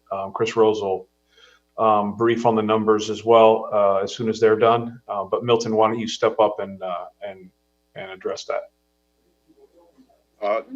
Good morning, Mr. Mayor, Mr. Chair, and Commissioners. Your homeless outreach effort during the Corona crisis has been very comprehensive. It has taken place with a consortium of agencies, which include the Homeless Trust, our partners, very dear partners, Camilla's House, Lotus House, Chapman Partnership, our own fire department. And if I may, Mr. Chair, I'd like to compliment Sergio Torres of our homeless outreach and Assistant Fire Chief Robert Heavier for their assistance. They've been very key players from the city side in terms of how we address this issue with COVID-19 and our homeless population. I'd like to put a graph up in terms of our annual homeless contacts for the month of April. It shows roughly 3,306 contacts for the month of April. For the month of March, it was pretty much the same thing. We've stayed within a pretty reasonable range in terms of contacts by our homeless outreach personnel. Milton. Yes. Milton, oh, okay. I was going to say the graph's not up. So, all right, go ahead. There we go. All right. Our homeless personnel, the contacts with homeless outreach and our homeless within the city of Miami, which is roughly about 60 to 64% of the homeless population countywide. On an average, our homeless outreach actually touches a homeless individual at least 5 times during the month of April. Same thing with March and February. So there has been a continuous contact with individuals regarding COVID-19. The next is our response to COVID-19 by our homeless outreach, or our green shirts, as they are called. Green shirts average about 385 contacts per day for COVID-19 during the COVID-19 pandemic. What they're doing is providing social distancing and providing information to homeless individuals who are on the street. They have directed individuals who are homeless to hotels and motels due to shelter restrictions. They provided hand sanitizers, gloves, and masks and other safety equipment. The hand sanitizers has been 3,000 units. The mask has been 5,000 units. We have had 4 porta potties around the city and 10 hand washing stations. At this point, I think it's very important to note that although we've done 800 meals to children at Lotus House, which is an additional partner of ours as of this fiscal year, Homeless Outreach has also provided 800 meals to our homeless on the street during this period of pandemic.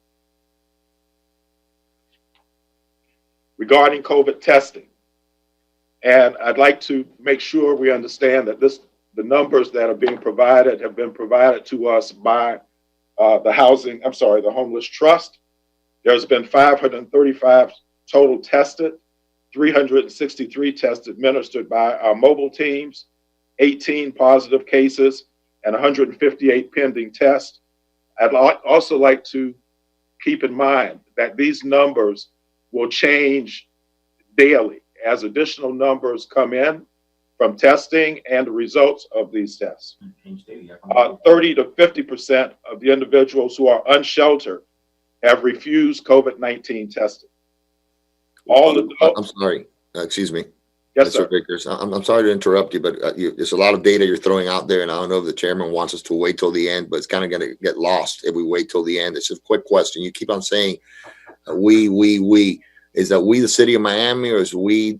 And then you said it right now that the Homeless Trust provided you this data. Or is this a Homeless Trust? Who's we? We is the Homeless Trust. Okay, so it's not we. It's a Homeless Trust. We are the city of Miami. Okay, sir. I was addressing it in terms of the city being a vital member of the collaborative that's providing services to our Homeless Trust.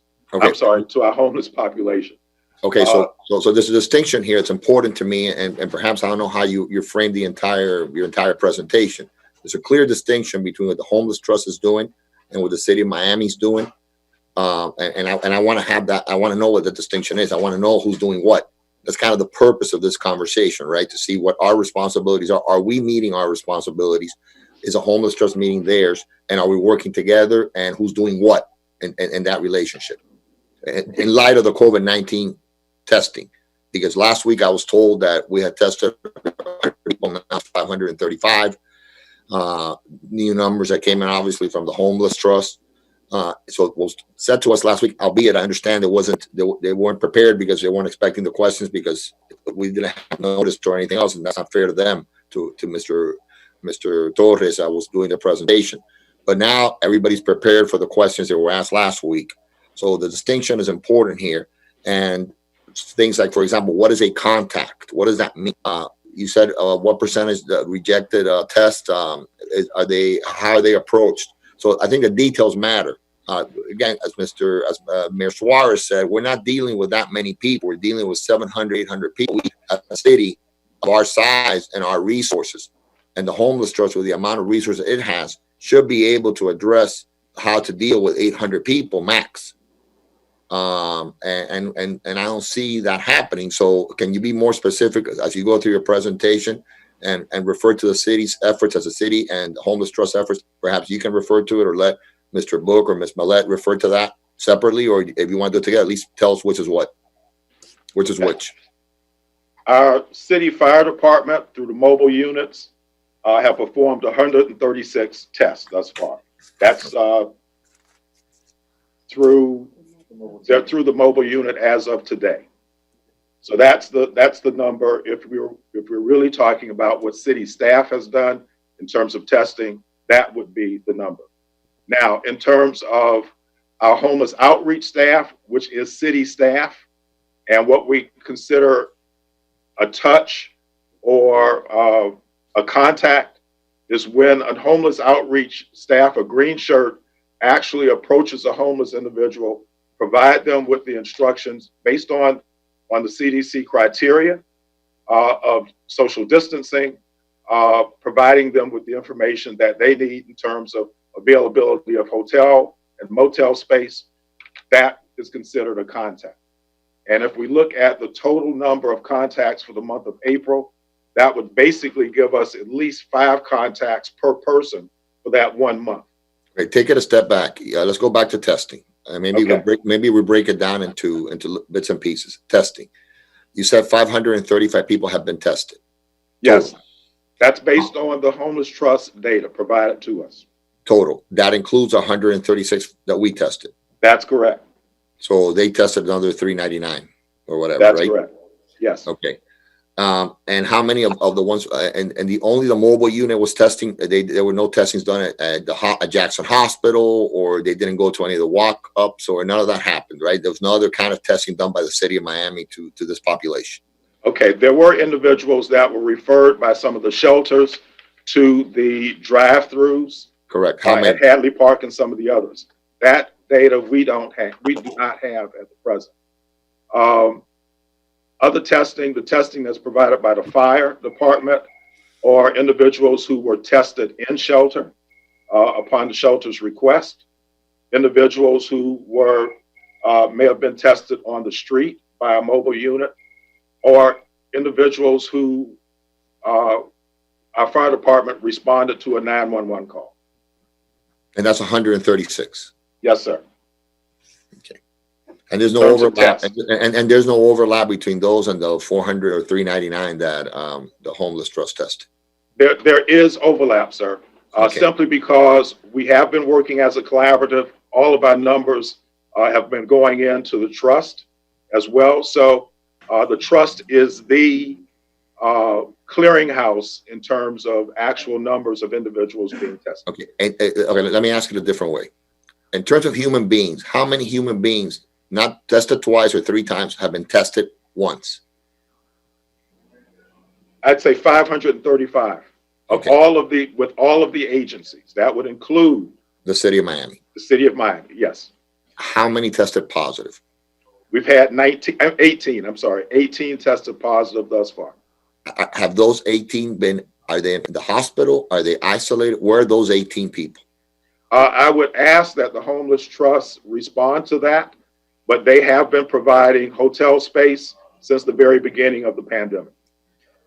I have a question, if I may. I want to kind of get to the. Sure. Okay. After you finish. Sort of just get to the. But go ahead and answer. I'll come back later because I can ask questions. I want to following your type of information you're giving, but I want to know how many of those 500 and some homeless that were tested, are they from the city of Miami? How many of them are resident? I mean, are homeless in the city, within the city boundaries? I think that we should know that too. See, I mean, I gather that everybody that you tested by your people or by the firefighters, they are chosen from the population that is now within city limits. But I want to know how many within city limits, how many from downtown, how many from other areas like Overtown and other areas, how many? You don't have to be specific from which district, but just the total of how many of those homeless that have been tested are within city limit. Mr. Commissioner, the data that we've gotten from our fire department, number of individuals tested from 911 calls or responded to 911 calls has been 780. That's not necessarily tested, but a response, a COVID-19 response to 911. The mobile units, a mobile unit going to individual homes and shelters has been 93. Suspected coronavirus has been 19. And individuals taken to the hospital inside the city of Miami has been 639. And that's all in the city of Miami. Oh, within. Okay, thank you, sir. Mr. Book, I see you've had your hand raised quite zealously. Make sure you unmute your computer. Let me just, I think I could help just a little bit in trying to respond to both Commissioner Diaz-del-Portilla's questions as well as a couple of the comments by Commissioner Reyes. So first of all, you should simply know, and I'll confine it to testing, we can come back to some of the other subjects. So we started pushing to get swab tests the 1st of April. We did not want to go with the rapid test because the rapid test, we believed in the first 3 or 4 days can oftentimes lead to a false negative, and we didn't want to do that. And we felt like it was important enough to test 100% of our homeless population, both sheltered and unsheltered. So we began. We started with receiving 144 and 100 swab kits, part of the nasal, part for throat swabs. We deferred on 144 of them, took the first 100 and started testing April the 10th. We have now established 3 mobile testing teams. We've got the Lazarus team, which we call Team 1. We've got the Camillus Health Concern, which we consider team number 2. And then our third team is Team 3, which is run by a woman by the name of Jackie Master, who was a former Jackson person that retired last week. She has run the clinic at the Homeless Trust Chapman number 1 center on North Miami Avenue. Retired. We brought her in so that she could begin running this third team. We are testing both sheltered and unsheltered, but our main focus has been on the over 65, those with the underlying symptoms as a prioritized basis. The week of the 14th, Commissioner Diaz-de-la-Portilla, we tested 77 individuals. The second week, which is week of the 27th, we tested 72. I went out with our team a week ago, 2 weeks ago today. I needed to understand better why it was taking us as long to perform those tests, Commissioner Diaz-de-la-Portilla. I didn't understand why we had some days where there were 6 or 8 people. I got a very firm, clear understanding that day. First of all, close to half or more refuse to test. They don't want to test. Some will agree to test, and when you start with the swab, because of some of the conditions that many of them have, they jerk back and won't let that swab go 2 inches up their nose. That day, I realized that we had some people that were like that, and we didn't have, with the Lazarus team that day, throat swabs. We needed to make sure that the team, if you had someone that couldn't take the nose swab, could take the throat swab. So now the teams are equipped with some of both. The third week, Commissioner, week of the 28th, we performed 210 tests. And to the question, Commissioner Reyes, that you asked, I cannot tell you that an individual that's living behind Macy's, that they have had a street address in the city 6 years ago when they became homeless. Because we don't gather all of that information, but 100% of these were performed in the geographics of the city itself. Oh, that's what I want to know. That they were 100%. Now, your second question, Commissioner, dealt with, were they at Jose Marti Park? Were they behind Macy's? Were they at Bayfront? Okay. If that wasn't, because I was going to have to go back and extrapolate out some information for you. Let me clarify this, Mr. Book.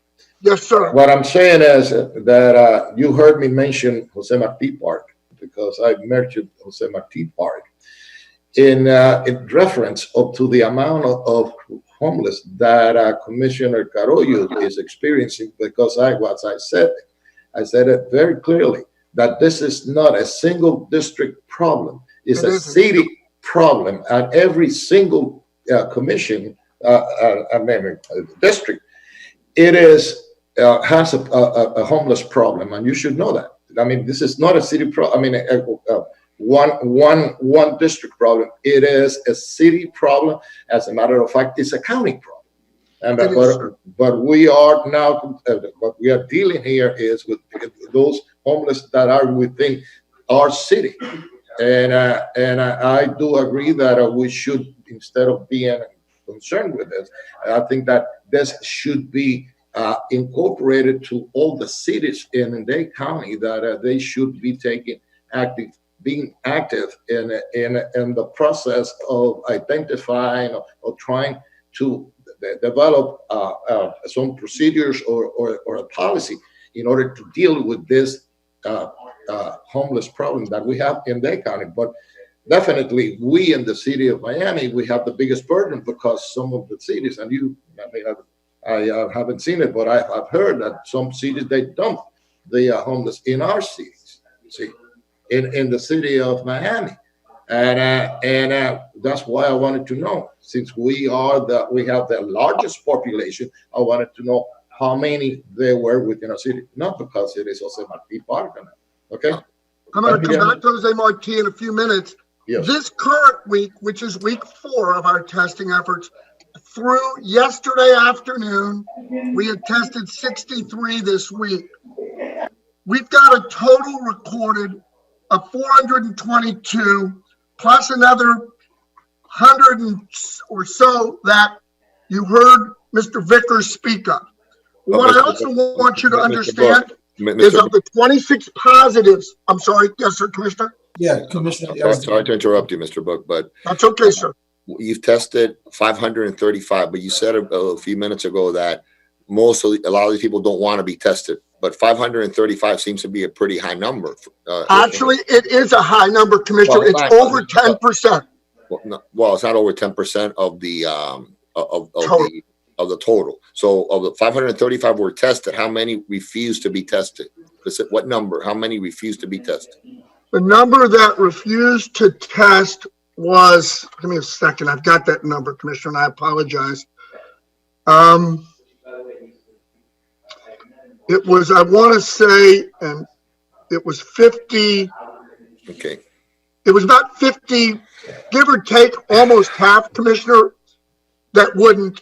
We only have had 26 total positive, and to the best of my knowledge, we have none that are hospitalized. No, wait. We have 18 positive, according to Mr. Vickers. 18 positive. You said that a large number refused to be tested. But at the same time, it's already been stated that we have 535 that have been tested. If we have a universe of 700 or 650, if you have 535 tested, I don't see the high number that refuse to be tested. 50, maybe 10% refuse to be tested. To me, that's not a high number.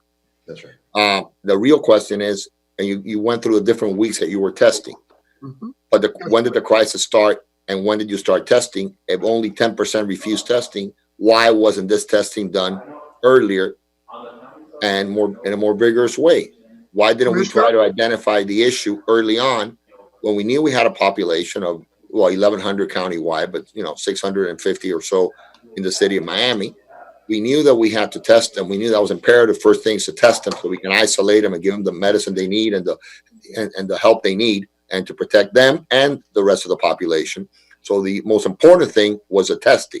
You talked about acquiring 120 swabs here and 100 swabs there for the nasal test, the throat test. You went back and forth on that a little bit at the beginning. My question was, why wasn't there a more vigorous effort in the beginning, from the beginning, to test a relatively small number of people? I know that we've done in the city of Miami. We've had a number of situations. We've had buildings that we had to send crews into, what we call our fire rescue SWAT team of testing, and we went there and we tested 120 people, 140 people in 3 hours, in 4 hours. Why wasn't that done with a very vulnerable population that has pre-existing conditions, that can spread the disease amongst themselves, that has a low hygiene and other problems associated with that population? Why wasn't that done immediately? All right. Well, first of all, let me touch something you touched but didn't ask. We actually began our efforts way ahead of everybody else. We began back on February 27th on the streets downtown with our education materials, masks, hand sanitizer, sanitizing wipe, social distancing message. We started to ask for tests, Commissioner. There were no test kits. We couldn't get them. None of the other test sites could get them. The reason why statewide there was a slow ramp up was the state couldn't get the swab kits. They had test kits, but no swab specimen gathering kits. When the state got from the feds is when we ramped up, and we ramped as fast as we could. And Commissioner, I will tell you that we are the only homeless continuum in the state and likely the country with an aggressive testing program, and the only ones trying to hit 100%. And when we get to the post period, we've got another additional strategy for testing post that we believe will benefit us as a community, if you will, when there's blowback. And not if, but when it comes. So I can simply tell you, we've been getting test kits faster than most of the other test sites in all of Southern Florida. And I spoke to Director Moskowitz again yesterday. He assured me in another 4 days, we will have another 500 of those kits on their way to us. We have asked for not fewer than 3,500 total. We've got just over 1,000 already in our possession or have been utilized. Okay, so you have the most aggressive acquisition of testing kits, yet you really didn't start your testing till the last 2 weeks. No, sir, we started 4 weeks ago. Let's break it. Well, according to your numbers, hold on. No, sir, 4 weeks. Hold on. On a weekly basis, you told me the last 2 weeks ago, the last week of April, I'm sorry, you tested 230 something people. That was week 3, sir. Week 3, the last week of April 21st, April 22nd. When did you test the 200 something people? The 210 were tested last week, Commissioner. Last week. The Okay, so week that's of the May. 27th. Hold on. You've tested a total of 535 people. Yes, sir. 210 of those 535 were tested last week. Yes, sir. So I mean, the majority of an overwhelming number of them were done the last week. What happened in the month of April? The first week of our testing, 4 weeks ago, we tested 77 individuals. Week 2, when we tested 72, a bunch of those tests had to be thrown in the garbage can. Unfortunately, they were gathered improperly. The gatherers used, I don't have all the detail as to what contaminated those specimens, but they went in the garbage can. So we don't take credit for something tested that was thrown in the garbage can. That would be misleading to you and the community as a whole. So I can't tell you that it was 50 or 60 specimens that went in the garbage can, Commissioner, but there were several dozen that went in the garbage can. All right, so 77, 72, 210 and 60. 24 that you threw out. No, so it's 120 or something. The point is that since we had the debate last Thursday, and I'm not a cynical guy, Mr. Book. I know that, sir. But in the last week of your total testing, almost 40% was done in the last week since we first had this conversation last week. So it appears, if I were a cynical guy, that there was a major ramp up the last week in testing once the public questions were raised about the lack of testing. And Commissioner, with all due respect to you, and 40%. We started 6 weeks ago to beg for the swab kits. But 40% of your tests. As soon as I got them, we put them into place. But I understand, Mr. Book, but 40% of your tests were in the last week. The other 5 weeks were 60%. Commissioner, they started, I think your commission meeting was on a Thursday, Commissioner. It was. We were testing a week ago, Monday that week. We got to 210 by working Monday through Friday last week. I mean, I'm not sure what point you're trying to make other than we have been aggressive and the 10% testing of the total population exceeds the state average by 2 percentage points. And my staff has made clear to me that each week we screen hundreds of individuals, less than 50% will let us test them.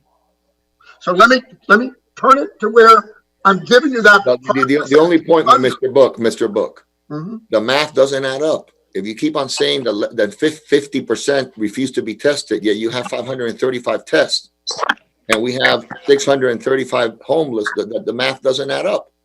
The math is that here's where you're 10%, not 50%. We are testing, but remember what I said at the beginning. We test in shelter and on the streets, Commissioner. We had 165 senior citizens that were residing at Chapman, Camillus, Rescue Mission, Salvation Army, Lotus. Everybody that was 65 years of age or older were in our first group of priorities.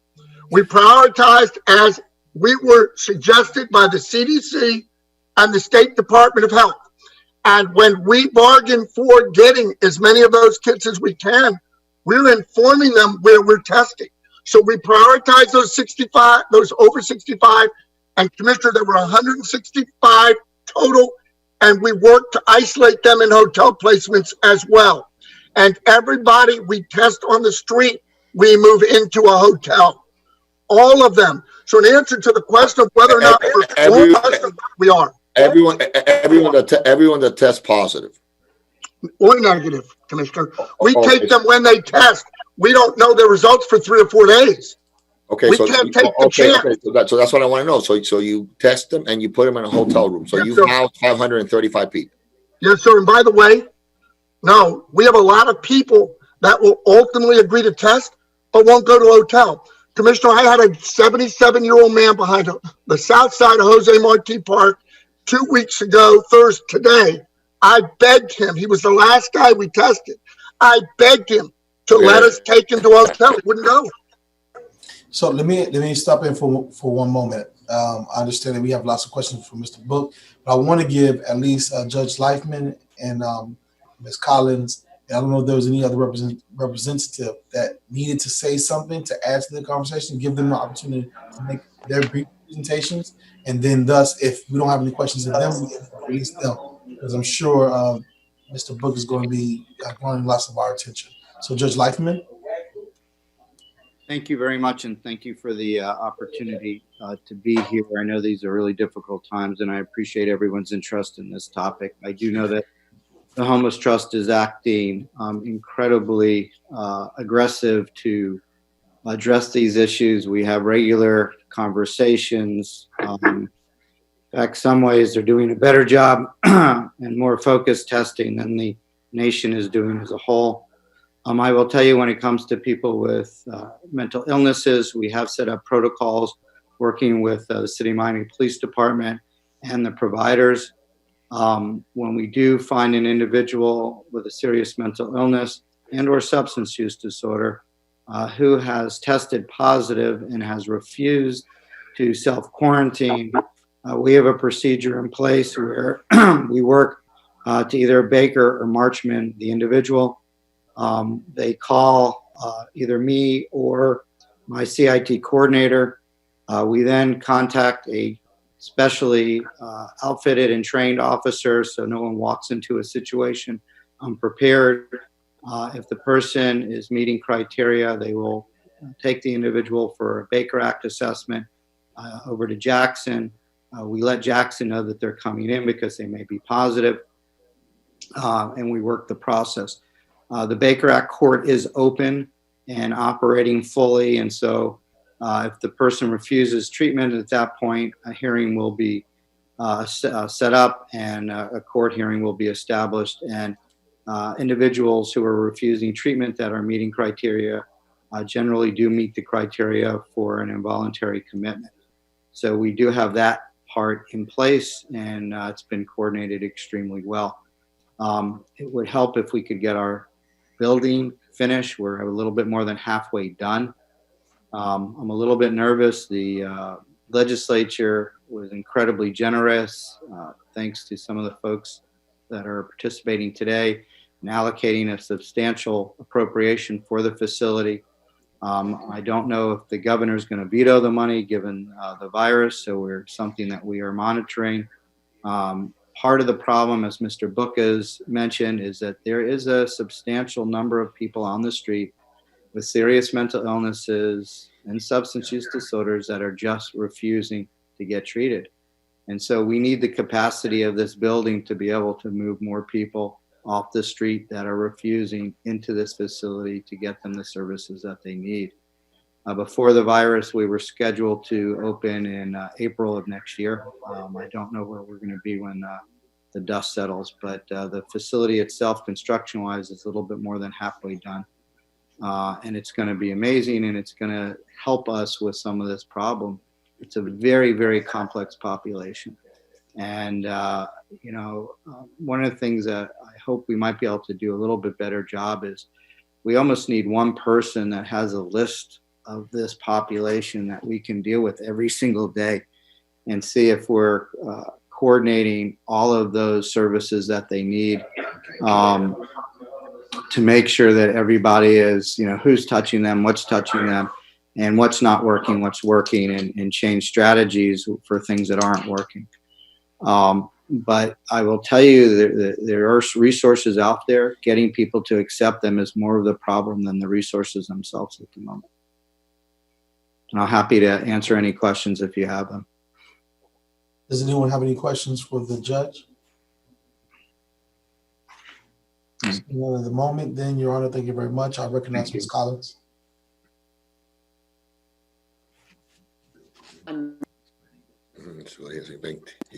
Hopefully. Thank you so much. First of all, I want to say thank you to many of the commissioners on this call who've brought resources to Lotus House. This has been an unprecedented time, enormously challenging. We are, with all of your help, with the help of the police department, with the help of the fire department, with the help of the Homeless Trust, with the help of Mr. Vickers at the City of Miami, we are safely sheltering a little over 480 women and children nightly during this pandemic.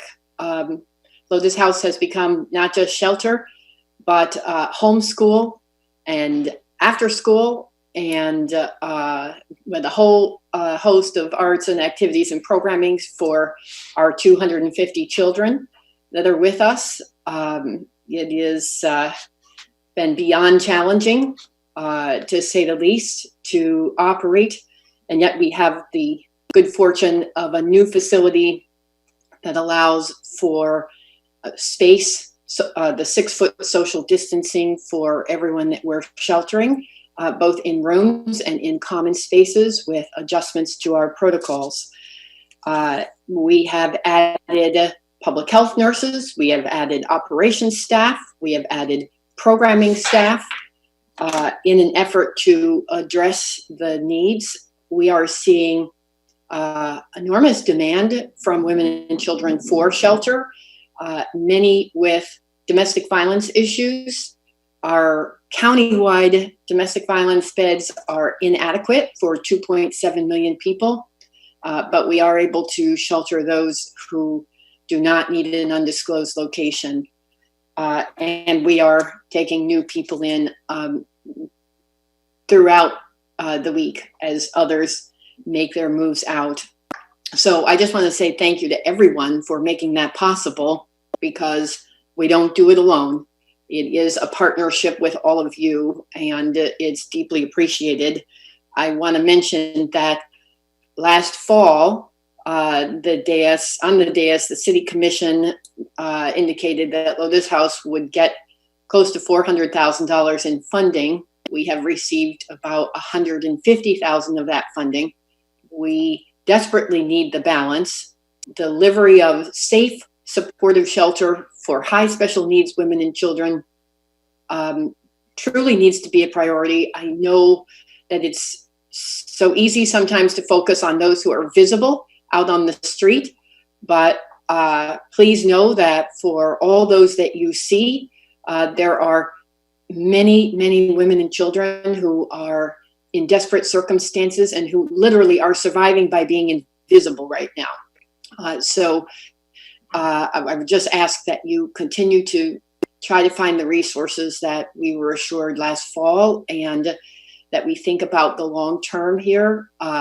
What a catastrophe it would be for so many women and children to be out on the street camping with all the others that are there now. So again, I know these are extraordinary times. This is a time where I feel like we are adjusting for the long term to a new normal in which, as I've said, nothing is normal about it. And it requires extraordinary vigilance on the part of shelters like ourselves, extra support services to do what we do, and close collaborations with all of you. And we certainly appreciate everything you're doing. Thank you. Thank you very much. Mr. Russell, you have questions of Ms. Collins? Thank you, Mr. Chairman, and good morning, Constance. Could you go through that breakdown of the nearly 400,000 that was discussed back in the fall? It seems like almost a year ago already. I know the city came through with its portion, but I believe the balance we were discussing within a mix coming from the DDA and the CRAs. Yes, on the dais, the discussion was 100,000 would come from the DDA. 100,000 would come from I believe it was the Omni CRA, a portion comes in public service money. Mr. Vickers probably knows the details in terms of the city. Many of the commissioners, the mayor, and the city manager all dedicated some funds from their anti-poverty initiatives and other funding, and in some cases their political donations to the shelter. So it came from a lot of different directions, but yeah, we're very much in need, and we were assured that mid-year more funding would come for the beds that were contracted for with Health and Human Services. And I know this is a difficult time. I'm keenly aware of that, but anything that you all can do would be deeply appreciated. Commissioner Anastasia Portillo. Thank you, Ms. Collins, and I appreciate the good work you do at Lotus House. I'm very familiar with it, and I appreciate the sacrifices you make. That commitment from the Downtown Development Authority and the Omni CRA, when was that commitment made to you?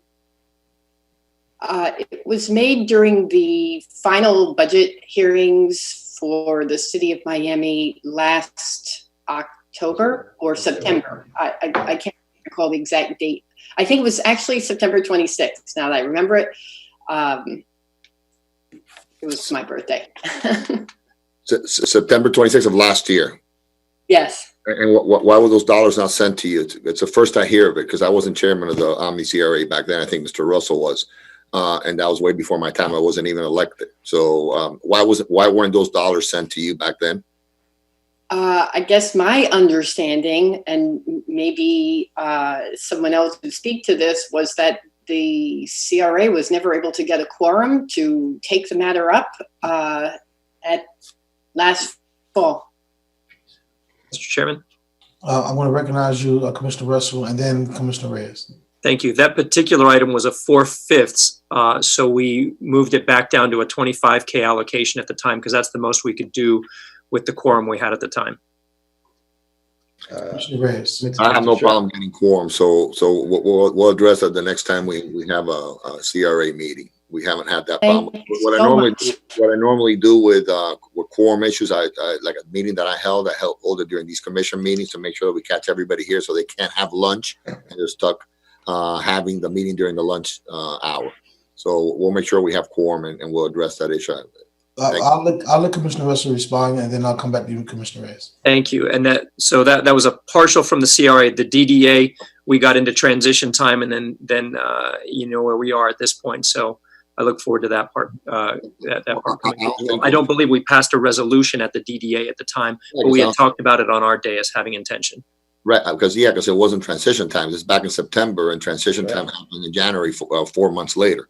So there was you had September, October, November, December to allocate the dollars in the DDA meeting. I think the DDA probably had a number of 4 meetings, or maybe 3 during that period. But well, I'm not a member of the DDA. I can't speak for the DDA, but I think Commissioner. But you're very close to it, and I think that the CRA and DDA, we should be working hand in hand, because we have similar problems, and we can help each other a lot. And we are, most likely we are serving the same same area.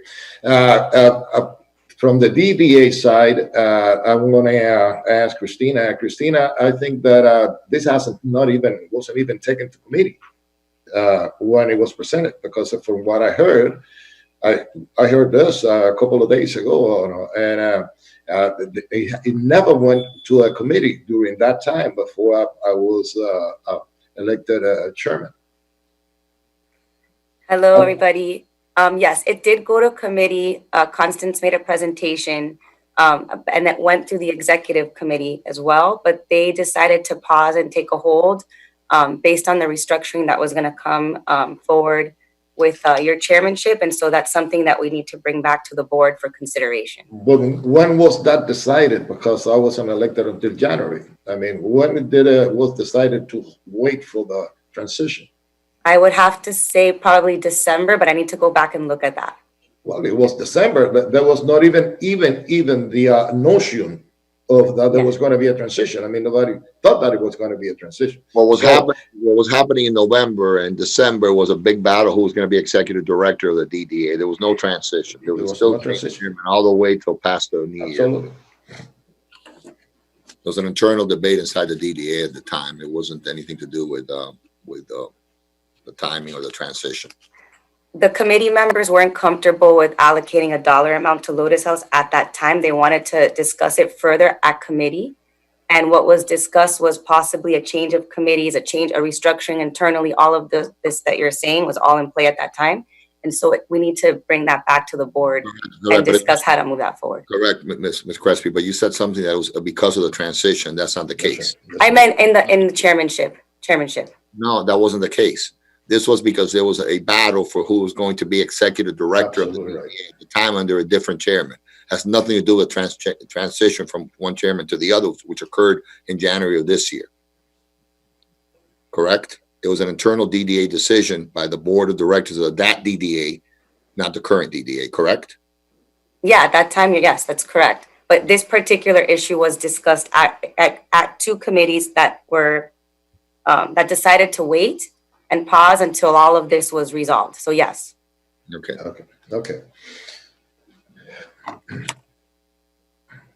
All right, so now what we'll do is we'll move back to we're still on the SP1, of course, discussing the homeless issues. Are there any further questions or any further discussion regarding the homeless issues under SP1? Mr. Chair, if I may. You're recognized. Hi, Hilda Fernandez from Camilla's House, 1603 Northwest 7th Avenue. Just wanted to add to what Constance is saying. This has been a very complex period for homeless agencies. It's taken safe sheltering to a new level, as you can imagine.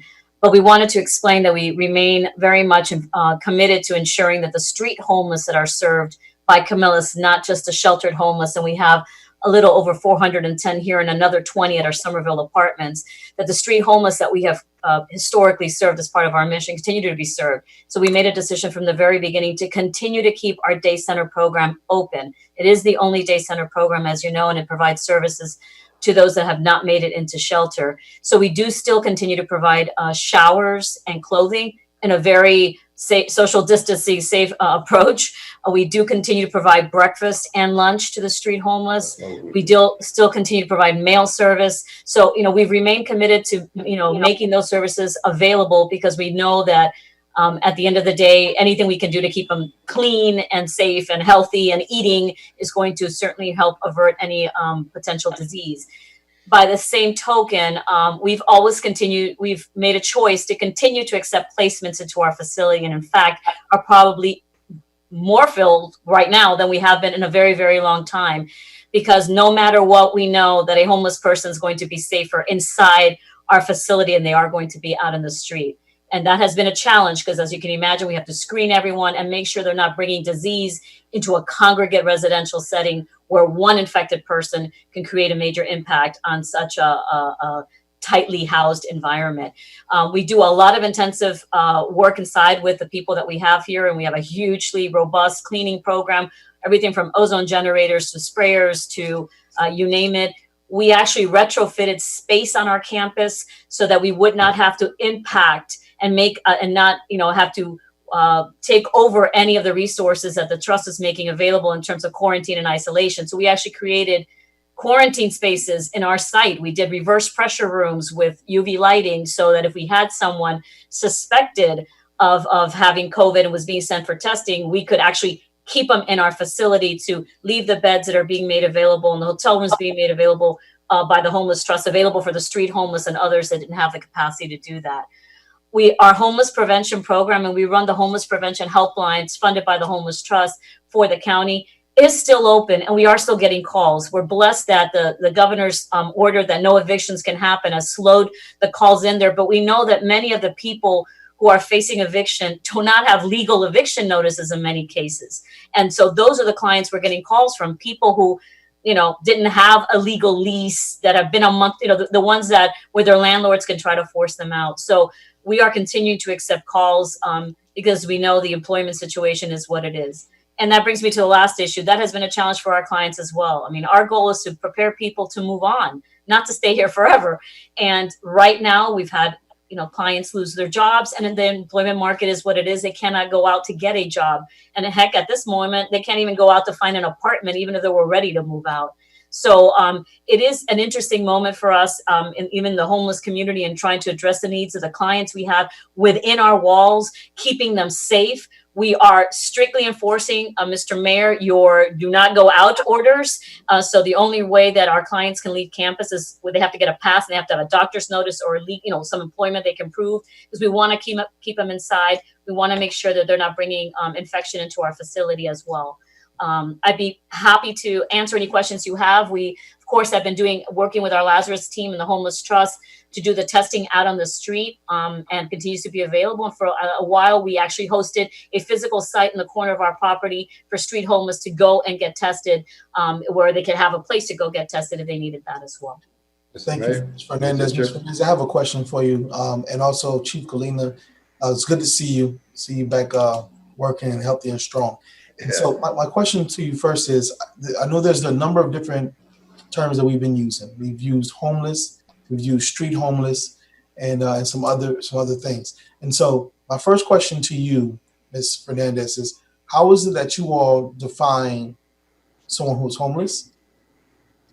Chief Kalina, I want you also to answer that question, because I'm from the background where you don't just assume something about someone. You see someone on the street and you assume that they're homeless. So I'm assuming that I'm wondering if you have a way that you determine when someone is in fact homeless, from your perspective as a care provider, and then from the policing perspective, because of course you have to observe Pottinger and things of that nature. So because someone, for instance, is on a street and they may have a tent that was provided to them from someone else free of charge, and they may be in that tent doing things that they're allowed to do by law or things that they're not allowed to do by law. How is it that each of you are approaching these individuals to determine who is in fact homeless? Because if there are people there, for instance, I'll give you an example, a very real example.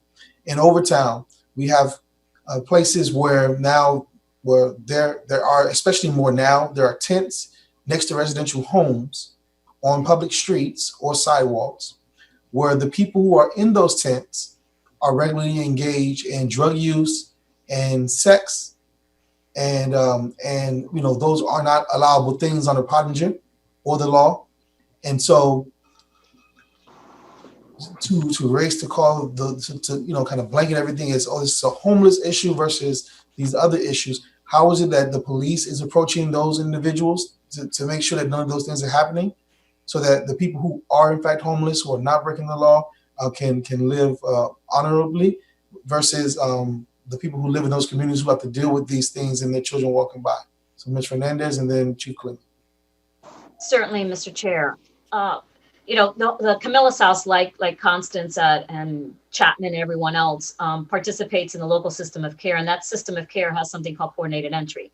So, we rely on your outreach teams, the green shirts, who are out there and see the people on a regular basis to identify whether in fact they are people who are homeless versus people who are trying to, play around the system or are out there doing something else.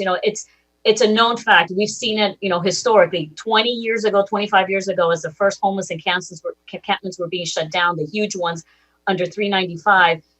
You do see a lot of things happening when you have those kinds of congregations of individuals. And a lot of those activities, especially the very illegal ones, are not being done by homeless people. Listen, homeless people do not have a lot of ready cash to buy a lot of drugs. So they're not the ones necessarily selling them. They're not the one, these folks that are these homeless folks that are a little mentally ill are not being handed thousands of dollars worth of drugs to sell. That's, drug dealers are not that stupid, unfortunately. So the bottom line is it's a reality that when you see these congregations of people, regrettably, you will have other illegal activities move in to be under the cover of these groupings of people and use the advantage of the groupings of people to commit these other activities. And certainly Chief Kalina can speak to that, because we have had to call, when we've observed in our, we're a community member as well. We want our community and our neighborhood to be clean and not have those kinds of issues. And when we've observed that, and we have called the people when the police comes in and does their sweeps, the people being taken away are not homeless people. They're people who are coming and using these congregations of homeless to do other things, other unfortunate, illegal things. But again, the chief can speak to that. But we, the system in place right now with the green shirts, these green shirts are out there. The outreach workers, they're out there every day. They know who the homeless are. They know the people that are sleeping and are really sleeping out on the street and eating out of the garbage cans and unfortunately doing whatever they need to do for late daily living, because they are seeing that through the course of their daily outreach process. And we have to rely on that. Our Lazarus outreach team is out there, and they know because of the constant engagement, those people that in fact are homeless and require the services. In our case, those individuals that are severely mentally ill. So then Chief Kalina, so that was first of all, great answer. Thank you very much, Ms. Fernandez. So then when you approach this situation where you're seeing officers, for instance, they're in areas where there are high levels of encampments that are by people who are in these tents or who are not in tents, how is it that the officers are determining whether or not someone is in fact homeless or there's someone there that is possibly engaged in these illegal activities? I would hope, and I think they do have a good working relationship with the green shirts, with the outreach teams, who are really going to be a very good and have been a very good, I hope, resource for the police department in trying to separate one from the other. And I even think we have awesome police officers, especially our NROs, that know who the homeless are, and they can differentiate when they see a new face in the crowd and try to figure out who that new face is, because our NROs are really, they're down the street, they're doing the work, many times alongside of our green shirts. Chief, you can obviously speak to that. But I think our police officers, especially the ones that more frequently are called to respond to this, are the ones that are more familiar with the faces that you see there often, the homeless faces you see there out often, and can really tell when there's someone in the crowd that really isn't. There's a question whether in fact they're legitimately homeless or not. Mr. Chair? No, I'm waiting for Mr. Kalina to respond.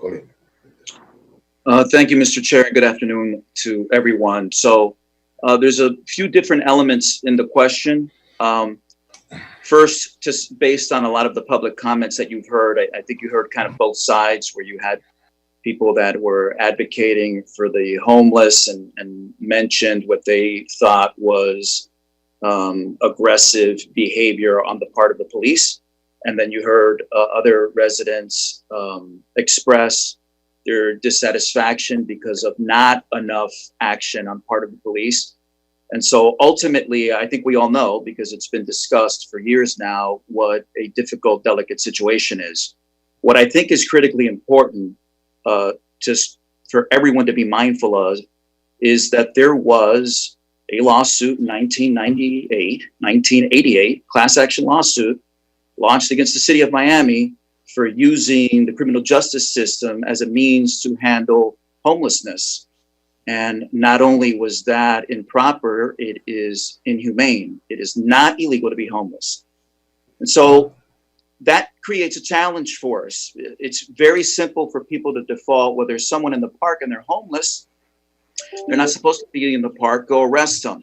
There's certain protections that come with Pottinger, but even putting Pottinger aside, obviously, the 14th Amendment of the Constitution, Equal Protection Clause speaks to, we're going to treat people equally and we're going to apply the law fairly. We can't have the law apply to one type of person or group of people and not another. We can't go into a park and arrest someone for not practicing social distancing and not arrest another group of people for not practicing social distancing, for example.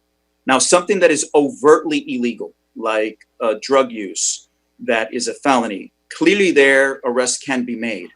There are some violations of the law that, as you know, Commissioner, are not misdemeanor exceptions, where you cannot make a warrantless arrest. There are many of those. There are some exceptions that exist, but unless it is observed by a law enforcement officer, there are misdemeanor violations that you cannot arrest unless you observed it yourself. Other violations, and really I think the most obvious one is drug use, sale, etc. If that is observed by a police officer, that person needs to go to jail. We have made arrests in the last couple of months. There has been, for example, I got the stats a couple of days ago in Little Havana, there's been 69 arrests that have been made. In downtown Miami, there's been 84 arrests that have been made of the homeless for criminal offenses, not for being homeless, obviously, but for criminal offenses. Now, the reason that this discussion is being had today is specifically germane to COVID-19.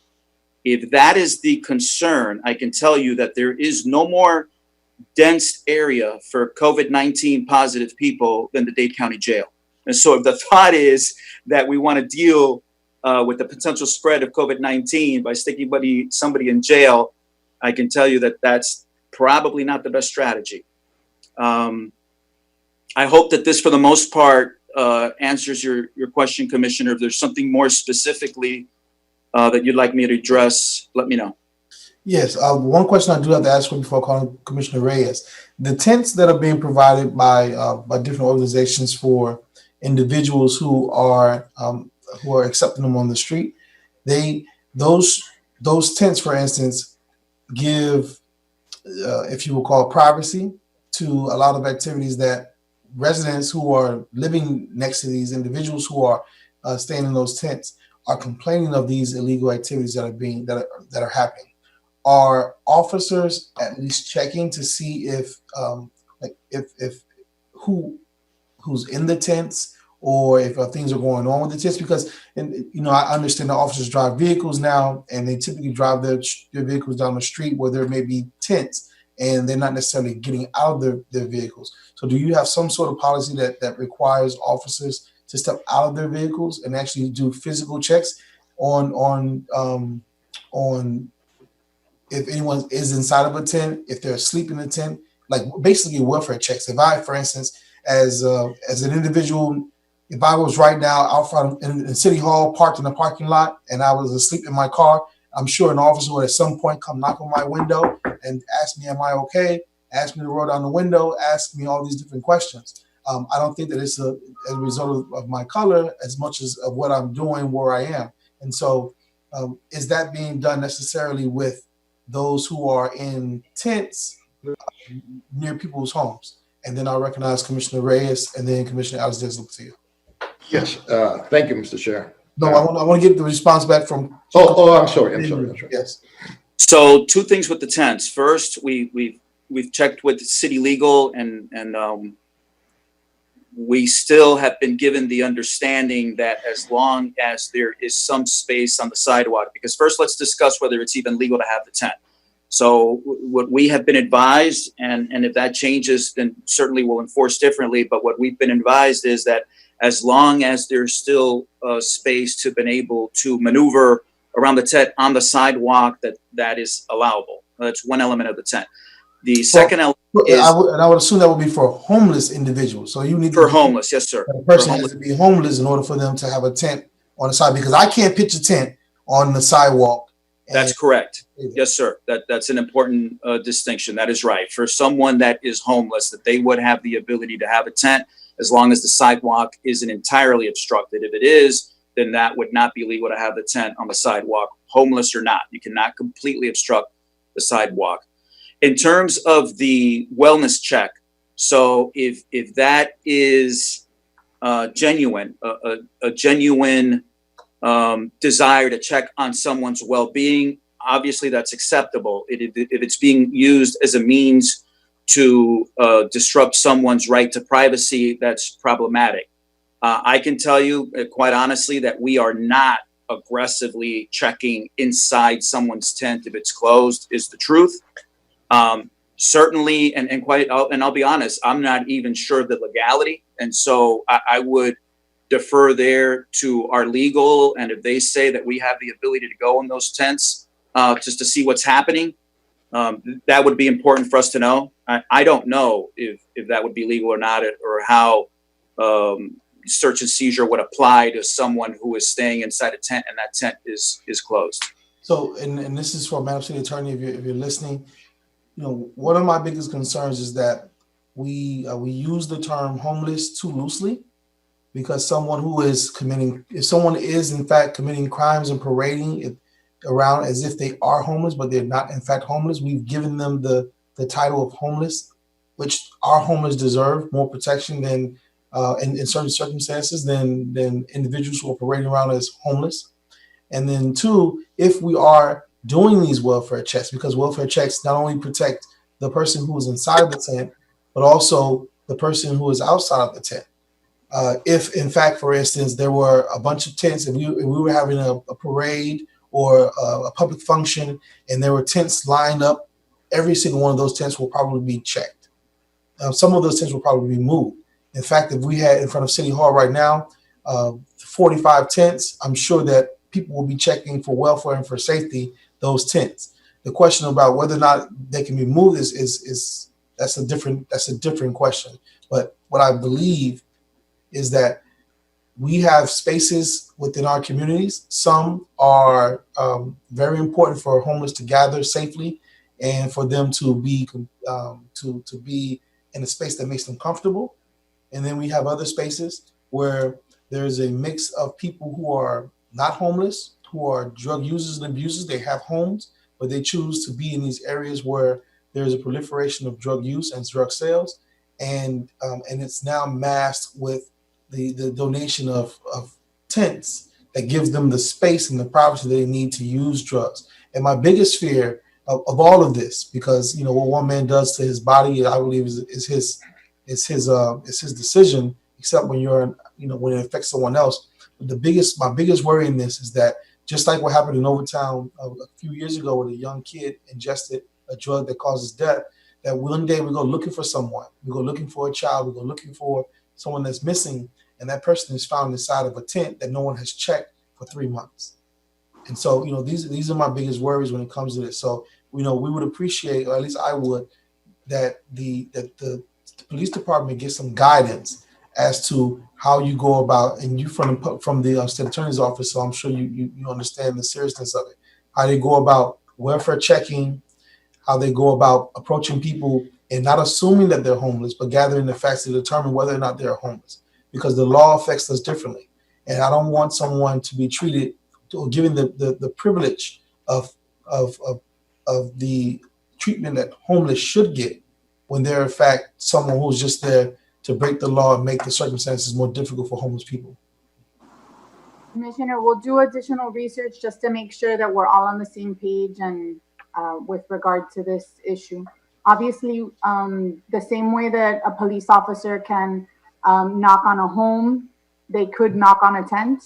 So it's not like if you are totally prohibited from making some sort of contact, but we'll make sure that we discuss this further and that we're giving the proper legal advice and guidance to the police with this regard. Mr. Reyes? Yes, that's a very good point that you had, Commissioner Hartman. My question is that, and it is, I have a couple of questions I want to ask, if you allow me to comment that question later on after this. But it seems to me that there is that the police department, given the all the bad press that we got at the time about the treatment of the, and rightly so, then in some instances of the homeless, that I do understand and I agree wholeheartedly that they have to be treated humanely and they have rights that they cannot be trampled. But it seems to me that there is an interpretation of Pottinger that has to be clarified. For example, Chief Colina, if I am defecating in the middle of the street or the middle of the sidewalk, is that grounds to get me arrested? If it's observed by a police officer, it is. Okay, if I'm urinating in a plain sight, and if I'm urinating, will I be arrested? You being the homeless, you mean? No, being me, Manolo Reyes, it's on the street and I feel like urinating and I just go and I do my thing right there, on a corner, 42nd and Flagler, for example. Yes, you, Manolo Reyes, if an officer sees you, you will be arrested. You'll be arrested. If I am engaged in sexual activity and almost on plain sight, I'd be arrested? Yes, you would. Okay, Madam City Attorney, thus the ruling on Pottinger precludes those homeless people that are defined, or they are defined as homeless, from the police department to arrest them. I mean, I want just a yes or no. It depends, and let me just clarify. I just need to clarify a couple things. Commissioner, if anyone is observed having sex on the streets, they will be arrested. So don't worry about that part. With regard to life-sustaining activities, we cannot arrest anyone who is homeless if they do not have a proper bathroom to go to. That is why through your programs and programs within the city, we've been able to provide for bathrooms within, I believe, a 1.5 mile radius of certain places. If someone is observed going to the bathroom near, and they're homeless, near one of these bathrooms that they could have gone to, then they will be arrested because they're, so it's just, there's a caveat. We need to be sensitive to the fact that most homeless do not have bathrooms, and we cannot arrest for that. But if they do have access to a bathroom, a public bathroom, then that is something that they could be arrested for. And now that we are going through the program in downtown Miami, that we're placing bathrooms, I mean, most of the, we are going to get some permanent, and some of the porta potties that they are going to be within walking distance. The police could enforce those going to the bathroom, doing the basics, life necessities at a place that it is not in public view. You see, what I think it is, and I am going to recommend this, and we have talked about it, and we did, Madam City Attorney. I think that there is a need to create a uniform manual for police officers. You see, we should reassess and educate our police department how to treat the homeless without violating Pottinger, without violating their rights, because we people, we have rights too. You see, I have the right not to be jumping. I remember when I started working at the school system on 15 and Biscayne Boulevard, I have to jump over feces that they were all over the sidewalk.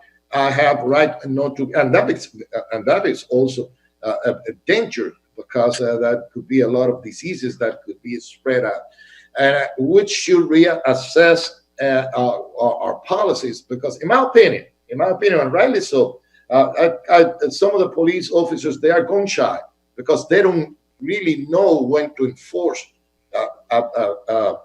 laws or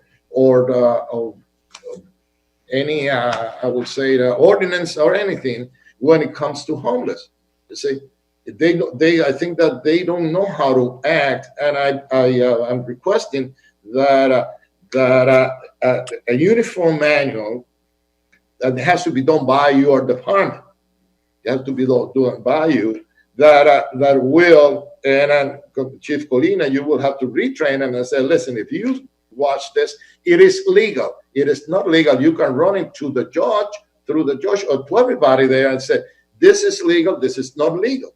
You see, because I don't think that homeless or not homeless, anybody has the free reign of doing anything that affect the population.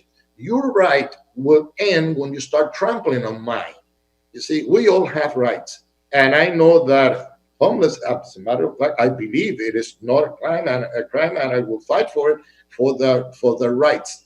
But we have rights also, you see. And I think that that manual is necessary, and that training is necessary to clarify, because most of the population and the residents says, what about me? I cannot walk on the street without somebody coming and hostigating. Okay? Chief Colina? Yes, I think, Commissioner, that you obviously, like you stated, it is your opinion, and you're certainly entitled to your opinion. Unfortunately, none of our opinions matter when it comes to Pottinger specific. So they are, in fact, life-sustaining misdemeanors that are outlined in Pottinger that says specifically someone that is homeless and does not have otherwise the ability to go to a bathroom, for example, does in fact have the right to urinate where you or I would not. And so in that regard, there actually is additional rights there that are afforded to the homeless that do not apply to me or to you. And that's just the way that the agreement reads. Not having somewhere to lay your head and you've laid it in the park, for example, and the park is closed after hours, I wouldn't be able to do that. The city attorney wouldn't be able to do that. You wouldn't be able to do that.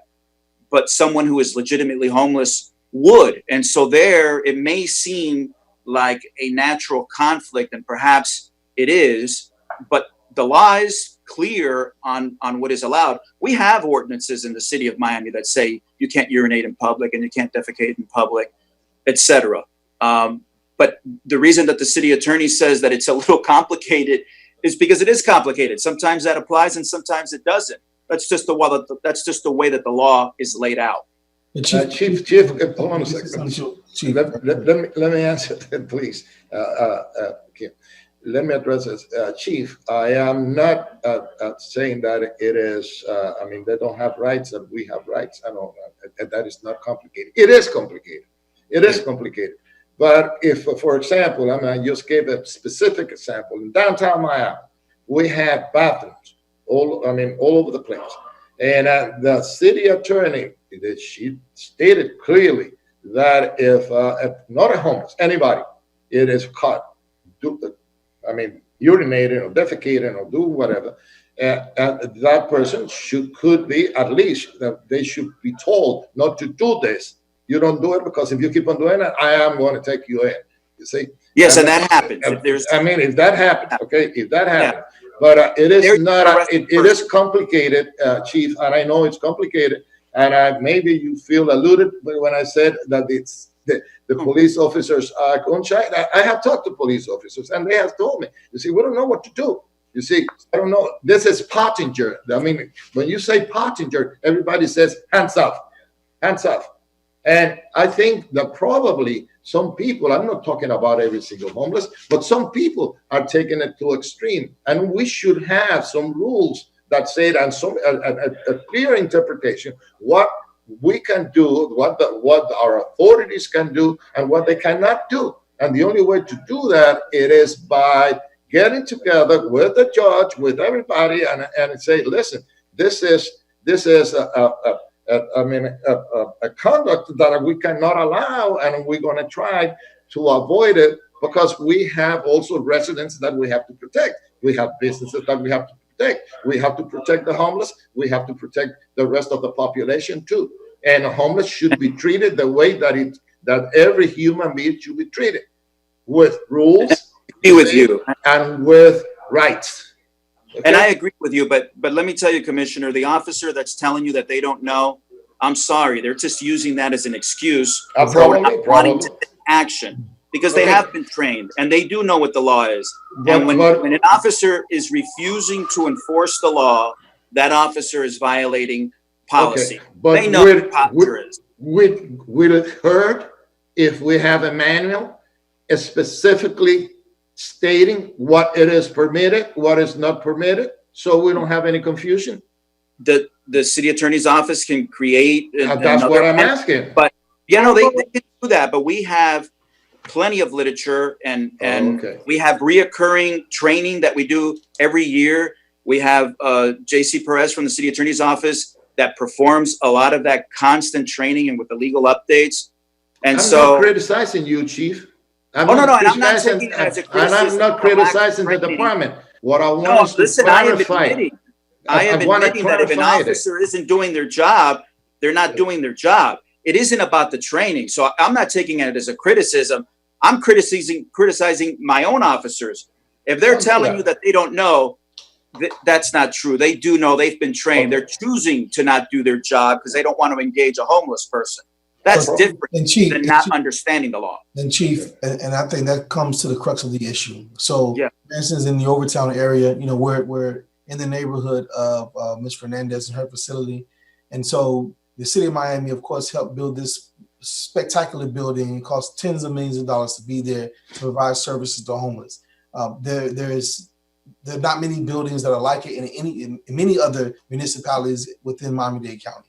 And so just near there, you're going to have a lot of people who are in tents that are near that building and also near residences where people they live, they pay property taxes, etc. And so when you have an officer that does not want to engage a person who they see, for instance, defecating or urinating, whatever it may be, in the street, because they're going to assume that they are homeless. And all I'm asking on behalf of my residents is that officers do engage. I know that many officers don't want, and the truth of the matter is this: officers do not want to engage someone who they perceive to be dirty, or they perceive to be disheveled, or they perceive to be mentally ill, because they don't want to have to deal with that person. Because if they have to arrest that person, they put them in their car, they have to transport them, they have to write the reports, they're all in they're in their care and their possession at that time. And then those officers are responsible for cleaning their own cars, etc., and they just don't want to go through that hassle. That's the real world of policing when it comes to individuals. And so that's why you have these individuals who are not homeless that hide amongst the homeless crimes, because they're least likely to be checked. And so here, what I'm saying is that, I know that a lot of people that we're in we quickly will say homeless, but that is something that you have to determine, especially if you're an officer witnessing a crime that would be committed by Commissioner Reyes if it was him, but not by someone who is homeless. You have to engage and ask questions to ensure that the person is homeless in order for them to be afforded those additional benefits. Because if not, then they're doing things in our community that are not allowable under the law for individuals who are not in the homeless position. Agreed. Absolutely. So that's what we just want to ensure, that our officers are not so hands off as to getting to know the people. You should know the people. Right. You should know if someone is homeless. And I know that we have individuals that are providing tremendous service that help Ms. Collins, that help Ms. Hernandez, that help other agencies. And obviously, we just want to ensure that police officers on every day, the same police officers that'll stop me for having a scooter on a sidewalk, but then drive by, a bunch of tents that are equally on the sidewalk, on the sidewalk where you can ride by. That same officer that writes the ticket for that person on the sidewalk, he should be engaging someone who is in a tent to say, "Hey, are you supposed to be here?" Commissioner Reyes. Yes, and now the other part of my question, I said I have two issues that I wanted to address. Ms. Coney, how is your budget made? I mean, how much you receive from us, from the county, from the Homeless Trust? I mean, how much are you receiving from everybody? And congratulations! I visit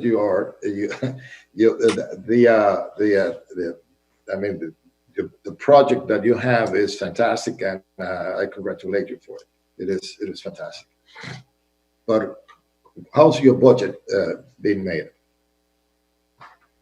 Ms. Collins? Hello? You were going in and out. Okay. I just want to know where you get your money from. That's it. It's as simple as that. Okay. And how much you get from everybody? Okay, I have a budget of a little over $9 million a year, and approximately $3.2 million comes from the Homeless Trust. A portion of that is for rental subsidy money that gets passed through to guests. The balance comes from the community and different grants that we get from many different sources. We're constantly reaching out at the federal, state, and local level for support for everything from job readiness training to child and family therapies. The Children's Trust is an important contributor to our child and family therapy programs and our parenting classes as well. So it's like a patchwork quilt, actually, yes, that we are constantly sewing. Okay, that's good to know, because the services that we are providing are very important. very important because you take every abused woman and with their children and everybody else, and they know that they don't have to put up. They could go to the premises and they will be asked. I congratulate you for it, and we should help you. We should help. We would appreciate it. Okay. Commissioner Russell. Thank you. Thank you, Mr. Chairman.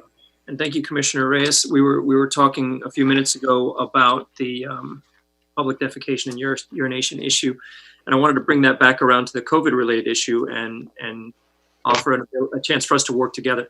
I think the DDA model of the Pit Stop program, the public restroom, which is meant for everyone, also has a significant impact on urination and defecation in the streets.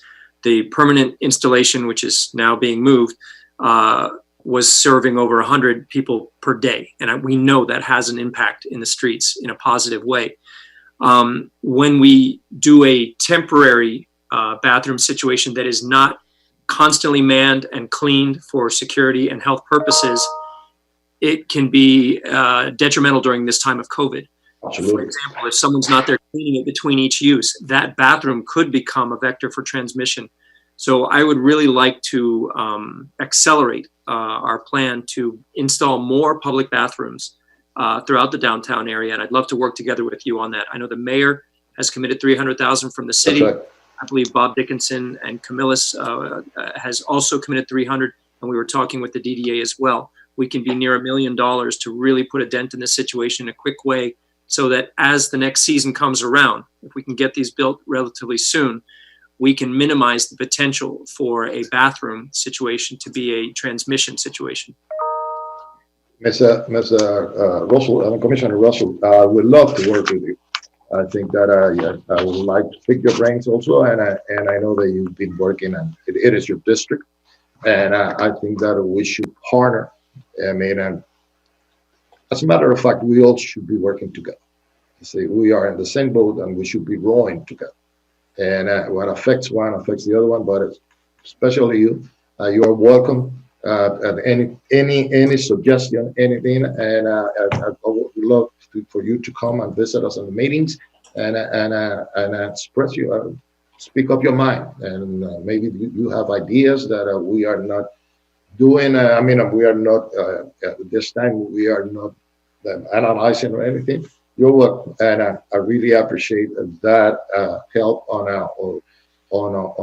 expediting the number of bathrooms. I think it's the most important that we have all those pit stops all over downtown. The number, the more, the better. And thank you very much, and you're welcome to work.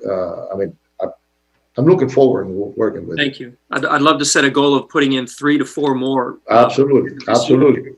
Let's work together. Let's work together, okay? Let's work together. Commissioner Coroyo. Yes. Have any of the homeless organizations done any survey as to where the homeless that we have here are coming from? Certainly they're not from Miami-Dade County. Not all of them. And from what I've been able to do on a limited basis, I get the impression that the majority are from somewhere else. Yeah. Can anybody answer? Mr. Bill, you recognize. No. Ron, you can. Hold on. Wait a minute. We can hear you, Ron. Hi, okay. I cannot, Commissioner, tell you the precise number. I will get that for you. But we all know that the homeless population is a transitory population, and a large percentage of our total do come from somewhere else. We have a large percentage that leave here and go somewhere else. I get the question. I will work to get you as precise as we can. We take that out of our HMIS system, Commissioner, and Vicki and I will get with Sergio Lazaro and make sure we give you that right number. The reason I'm asking this is that if we were at a level playing field with all other major cities across the country, it's one thing, but we're the only city in America that has something like Pottinger to deal with. Even if we're gotten through the lower court and they're appealing it now. So what I see that's happened is that other cities across our state and many in other parts of our country understand that, and we're getting sent people down here that are not from here, that have not lived here, that have no community ties whatsoever here, and we're having to take care of them, and it's creating a huge burden in our community. We're taking care of a lot of people for New York, Chicago, other parts of the country, Jacksonville, Orlando, you name it, and it's not fair.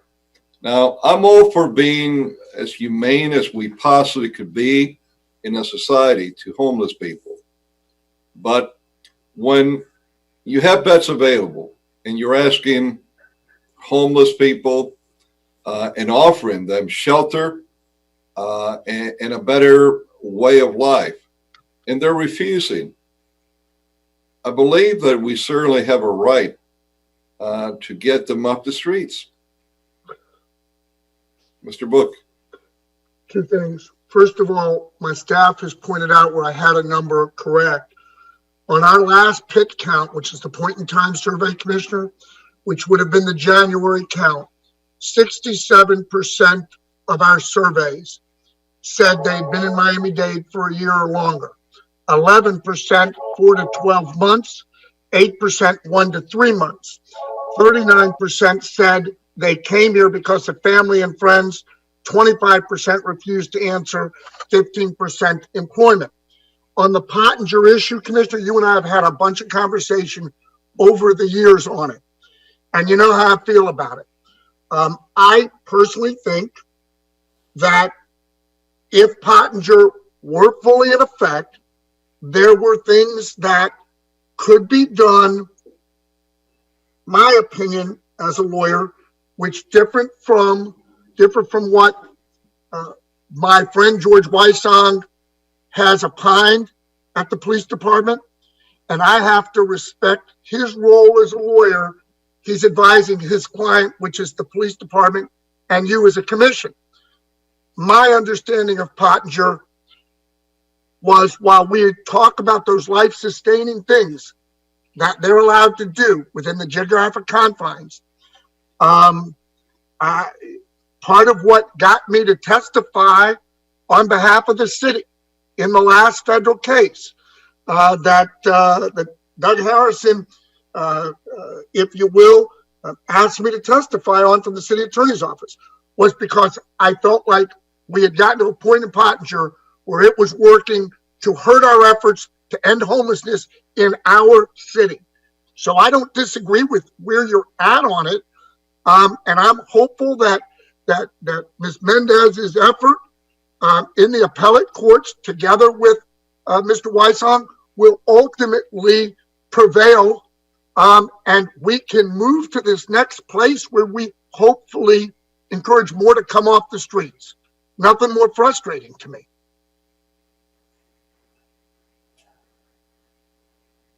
I want to recognize Chief Kalina, and then I recognize Ms. Collins. Yeah, just real quick to a point that Commissioner Carollo made and Mr. Book. I'm of the opinion as well that there are elements, quite a few elements of Pottinger that do make it more difficult for us to provide services to the homeless. And one of them, for example, is we don't have the ability to place someone more than a mile outside the city of Miami limits.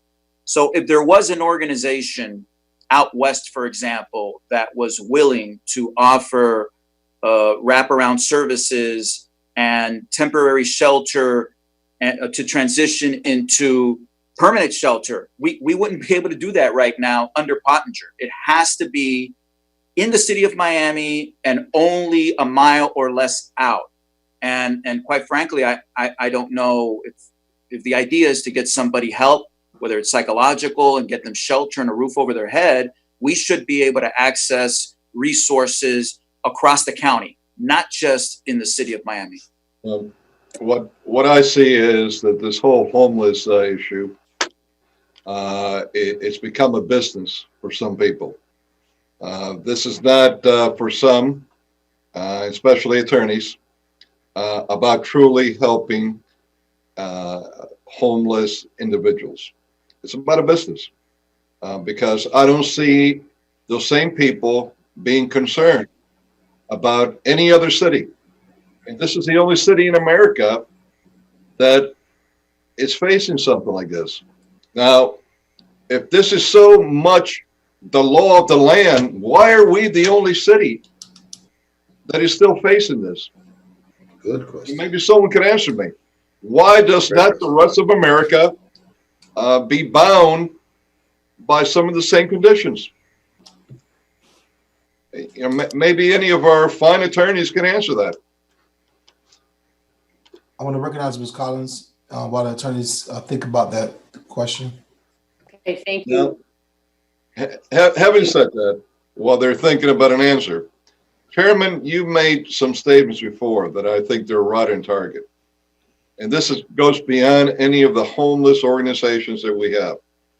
This is internally within the city, and is the manager that's going to have to step in and decide if he's going to change the culture or if it's going to stay the same.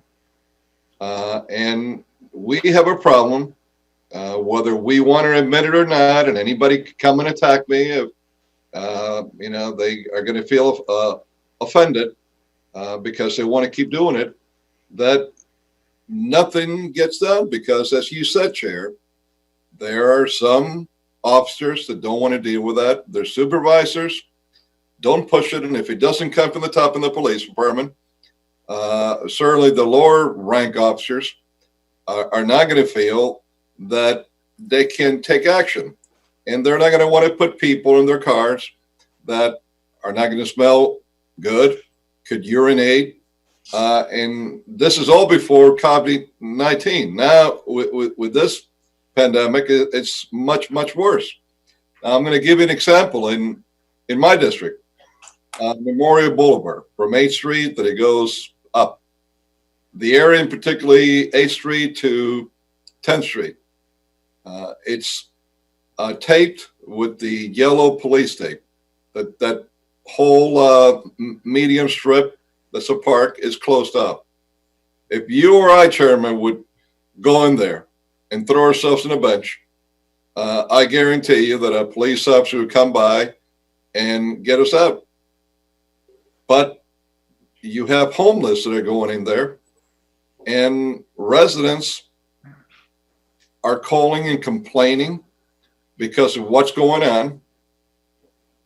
It's a park this close, but no one's taking action. This is different than going into another area that we discussed where a homeless guy will go to sleep at or what have you. So what rights do the normal, average tax-paying residents and citizens of Miami have? Don't they have rights too? Don't they have rights to have a good quality of life in their neighborhoods where they're not afraid that the minute they're walking out of their homes, they're being panhandled or something's being said to women or worse? And this is the point that I'm making.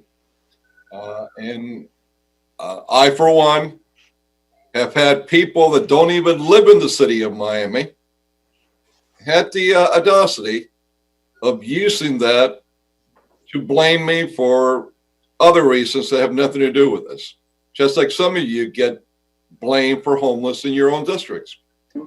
But in the meantime, I'm not in a position, other than what I'm doing here, to do anything about it. When I will tell you, when I was mayor, we were very humane with homeless. And we didn't have any of these problems with Pottinger. And it was the same Pottinger that we had. The difference is that we won now in the lower court and it's only an appeal. So I do not understand how we've gotten to the point that we've gotten today with Pottinger. Ms. Collins? Thank you. I want to address actually, Commissioner, your comments about who we're serving. I can't speak for other shelters, but I can tell you for a fact in this shelter at Lotus House, it's a tiny, tiny fraction of those we shelter that are coming from out of state. The vast majority are residents of our community, typically from Little Havana, Little Haiti, Liberty City, Overtown, downtown, and all across the city. And the very few, I would say in the range of 3%, who may come from out of state more recently, are fleeing domestic violence in large part. Or they have family here, and family took them in, but were unable to keep them. So as much as I know that it's sometimes challenging to think about homelessness in our own community, we do have a desperate need for affordable housing, particularly for the working poor and those who are extremely low income, those who are living on disability or Social Security. We do have a need for extended hours of childcare so that mothers who do have children can be working and self-sustaining.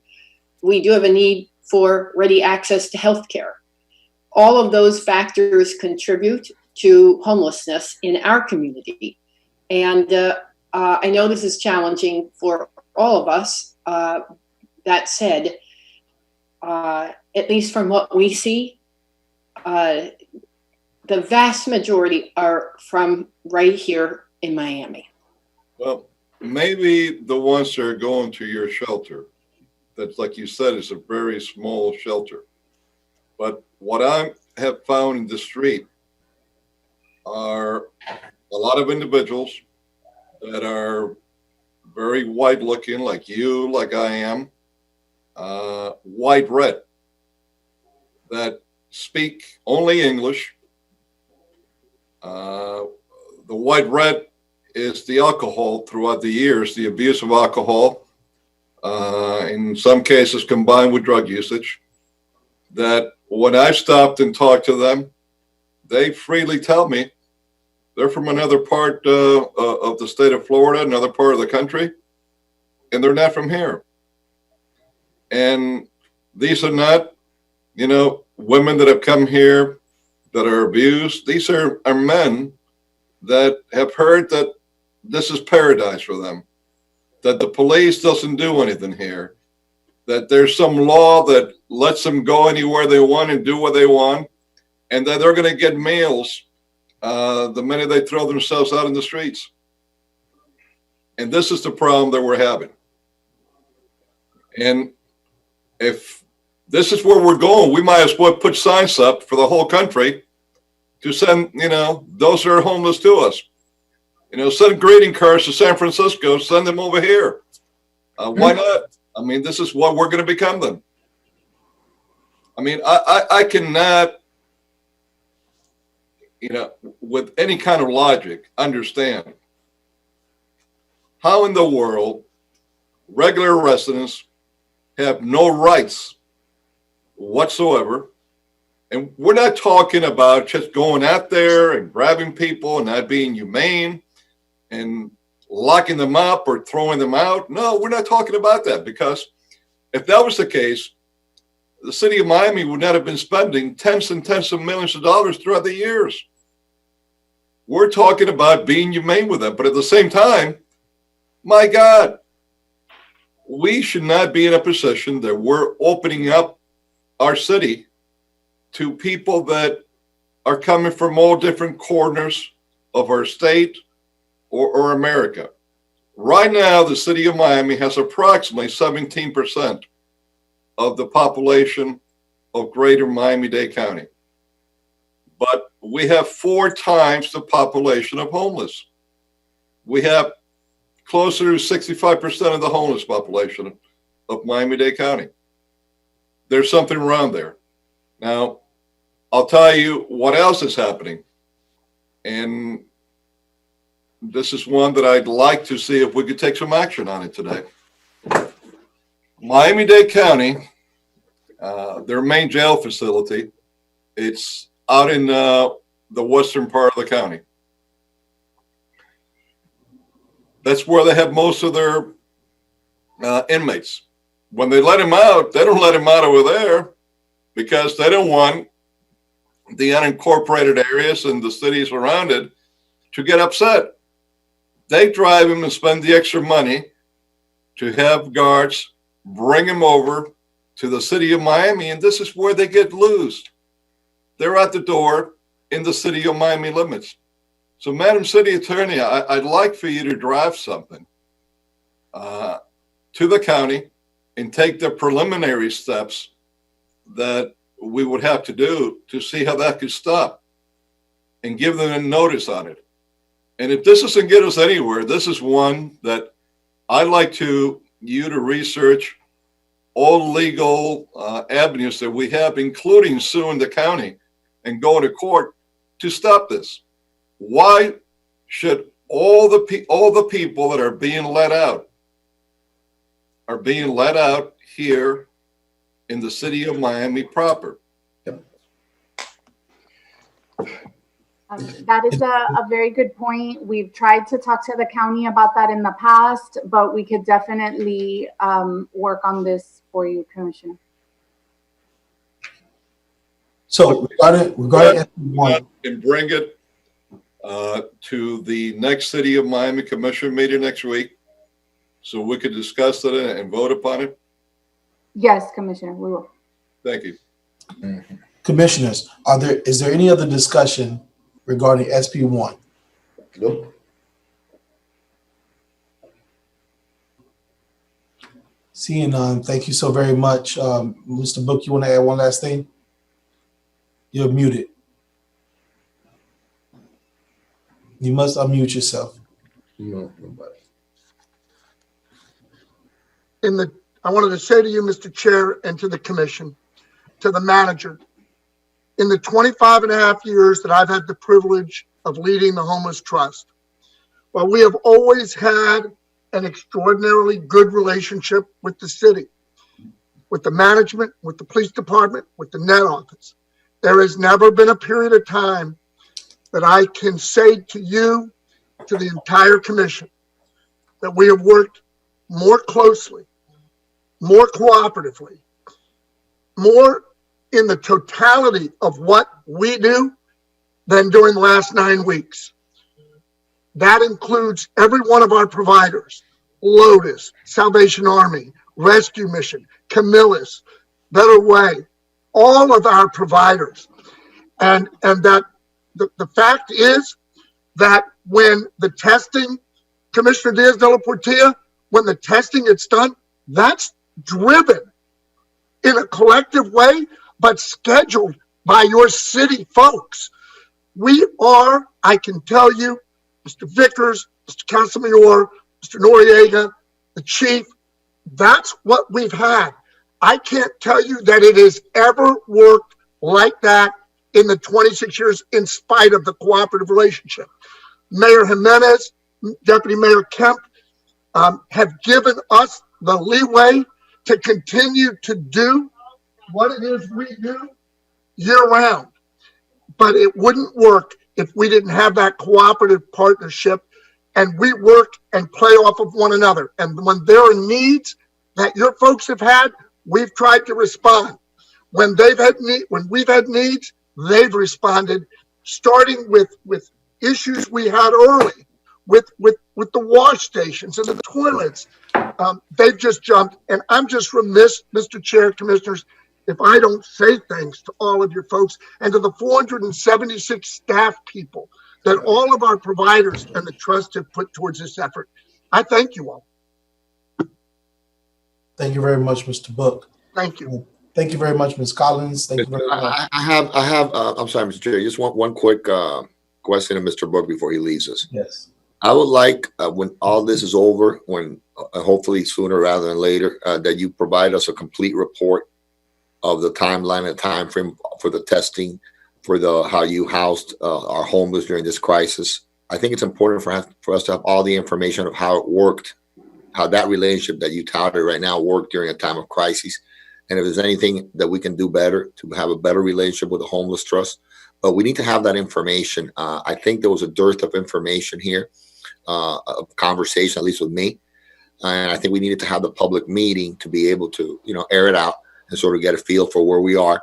I still don't have answers to a lot of questions, but this meeting has gone a lot longer because it went off the subject. It went into the realm of the homelessness issue, which is very complicated, has a lot more questions than answers, and it will take days for us to debate every possible aspect of that very, very, very broad debate.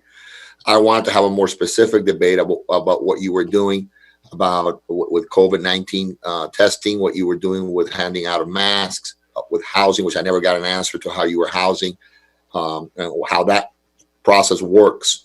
And if there's anything that we can do to work in a more collaborative manner with the Homeless Trust to make it more efficient. You mentioned Mayor Jimenez and you mentioned Deputy Mayor Kemp. Well, they only have a small percentage of the homeless problem. We have the majority of that problem in our city, and we're the face, all of us collectively, not one of us, but we are the face of the city of Miami, the mayor and the commission. And we have to be accountable to the people we represent. And 65% of those homeless people are in our city. They're not in the rest of the county. So it may be easier for Mayor Jimenez, who's actually the face of the county, to say, we don't have an issue, we work okay, because they don't really have the problem that we have.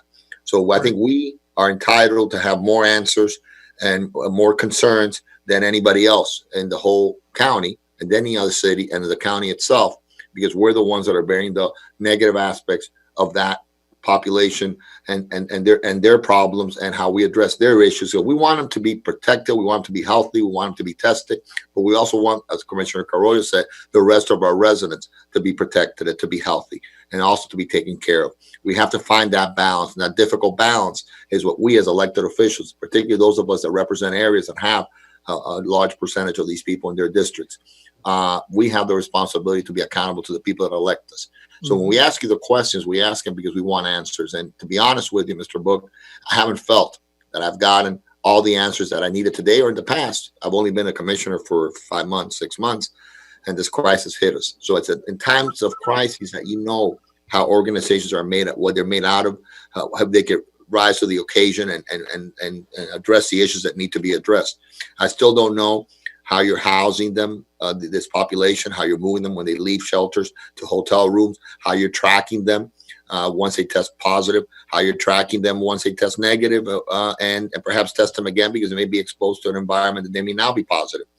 If you have any plans for additional testing, antibodies testing, or others testing down the line, what you're going to do to take care of this population moving forward, not only what you've done in the past, but your plan of action. I think it's a good idea for you to share what you want to do, what your trust wants to do, what you're thinking of, first of all, what you've done, and then what you're doing, and then what you want to do down the line. And then after all that passes, and hopefully we emerge from this pandemic in a better place, God willing, we will then have a report from me that says, this is what I did, this is what our trust did, and this is how we handled it, that's how we worked with your city. But this confusing of what the Homeless Trust does and what the city of Miami does, and Mr. Vickers coming before us and talking about we, and then I find the we is you and not us, and that confusion has to end. We can have collaboration, but the statistics are statistics. Who does what within that collaboration? Not every team member is equal. Some team members perform more than others. Sometimes you have a great quarterback, sometimes you have a great running back. So we want to work as a team, but not every player in that team is as talented or does as much work. And we want to know what each member of this team, not only all the organizations that you work with, but also the cities you work with, the county you work with. And again, bottom line is, the city of Miami is a majority of this population. We have the majority of the responsibility. And that's my only point, to make sure that we continue to collaborate together, but that you give us the facts, the numbers, and the figures that we need to make intelligent decisions moving forward for the people we represent. Deputy Mayor Kemp, and then I get 30 seconds. Go ahead. First, 1 second. I want to allow Mr. Book to respond, and then I'll recognize Mr. Kemp. It's interesting because I'm used to seeing him as a police chief, and so it escaped me that he's with Miami-Dade County and he's our deputy mayor. So I'm sure he'll be speaking on behalf of the county. So, Mr. Book, I'll be quick. Commissioner, I will get you, Ms. Millette and I will get you an interim report, because I think the things you want, you need to know now and then at the end. We have been working diligently to submit to HUD what we hope to become another one of our national best practice models. But I want you to know something. We have over 600 beds under contract that we are putting people in every single day, and the vast majority are coming out of the city, and we are taking them off the streets to do that. We focused early on that vulnerable over 65 population. We had to take all of them out of shelter, all of them off the streets. Now we are with the balance of that population. And Commissioner, the first hotel we contracted with was the Dunn in Overtown. Why? Because we wanted to send a message. Black-owned hotel, run by a woman, owned by a woman. It was important to us to keep people employed.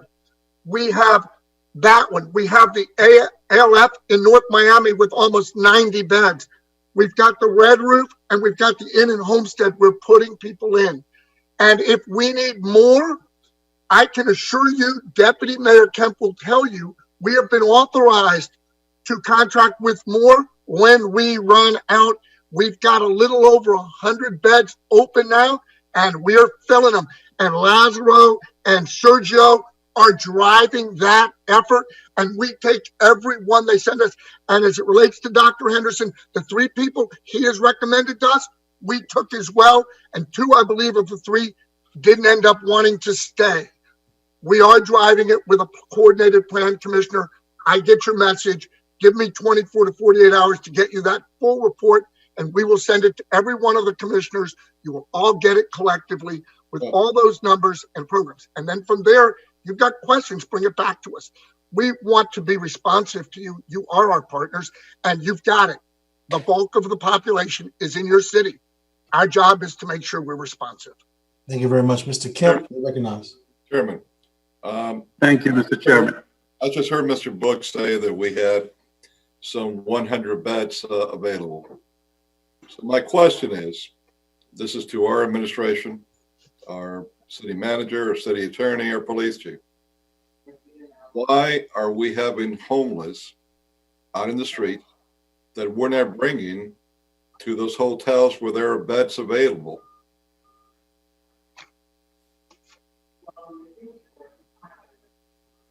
Can somebody in our city answer me this? Because I defer to the administration on that, Commissioner.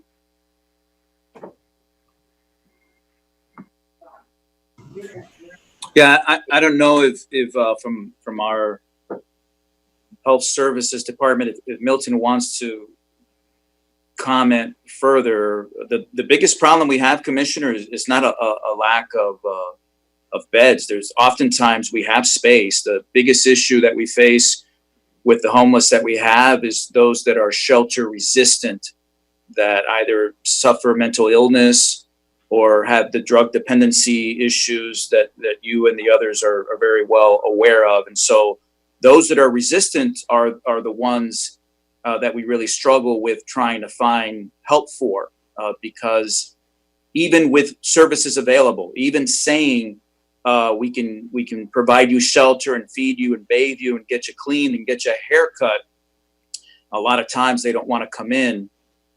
It's one of the issues, by the way, that we have with these feedings. I know that people think that they're doing a good thing when the church groups come out on Saturday, for example, and they provide all this food. They bring more food that they can even eat. And that food stays on the street, for example, and that becomes a health problem. And they think that they're doing a good deed, and I understand it. But the truth is, what that does is it allows the homeless to stay out in the street instead of coming in to look for those services, get fed, where then we have an opportunity to hopefully treat some of them with the mental health professionals that they have, offer services, etc. There's a lot of things that are difficult about the problem. I can tell you one that I don't think anybody would really disagree with is this issue of people coming in and feeding on the weekend when we don't even have our green shirts here to provide help. It's a big problem for us in a lot of different ways. Let's get an ordinance. Let's have the city attorney draft an ordinance for next meeting that we have, that this has to stop in the city. Madam City Attorney, can you draft an ordinance to that effect? Commissioner, we need to research that a little more. There are certain implications with that, but if I can brief you on it, we will. If we can, we will. If we cannot, Yeah, but see, here's the problem. All that I'm getting are excuses. No, we can. And we are the ones that have to face our residents that can't understand why their quality of life is being affected this way, and we don't do anything about it. Now, the chief touched upon something that I think is very important to zero in on. That those that are not wanting to go to shelters are those that are dependency on drugs, or have mental issues with drugs sometimes, and because of the drugs. We're not talking here about what in America we have always looked upon as true homeless. Those that are falling into hard economic times, they can't afford to feed themselves or their family and are homeless because of that. He's pointing out to people that even though we're offering help, they don't want it. They want the life of being out in the streets, using their drugs, drinking, having their sex under the bridge, panhandling, harassing people for money. I'm going to give you an example. You could go there now. You could go there at night. You're going to see it. On 8th Street and 12th Avenue, there's a guy there that's been there for at least 2 years, if not more. He's many nights, he's dead drunk or drugged out on the parking lane or on the sidewalk. No one does anything with him. He's not from here. Because I don't want to use my computer. He gets violent at times with people when they don't give him money. And I haven't seen anyone take action with this man yet. So what are we supposed to do with people that don't want help to have a hotel room, a shelter, because they have drug problems, sometimes, as I stated, associated with mental problems because of the drugs? Are we supposed to just let them live like that, terrorize the rest of our residents? Don't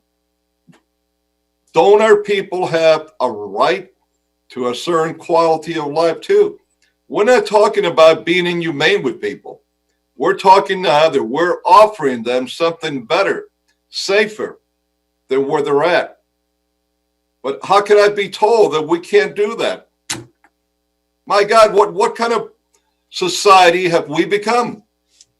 Commissioner, with regard to your regulation of the feedings, we can do a certain time, place, and manner restrictions and control the cleanup and all that. So we'll work on our ordinance with you with regard to that, okay?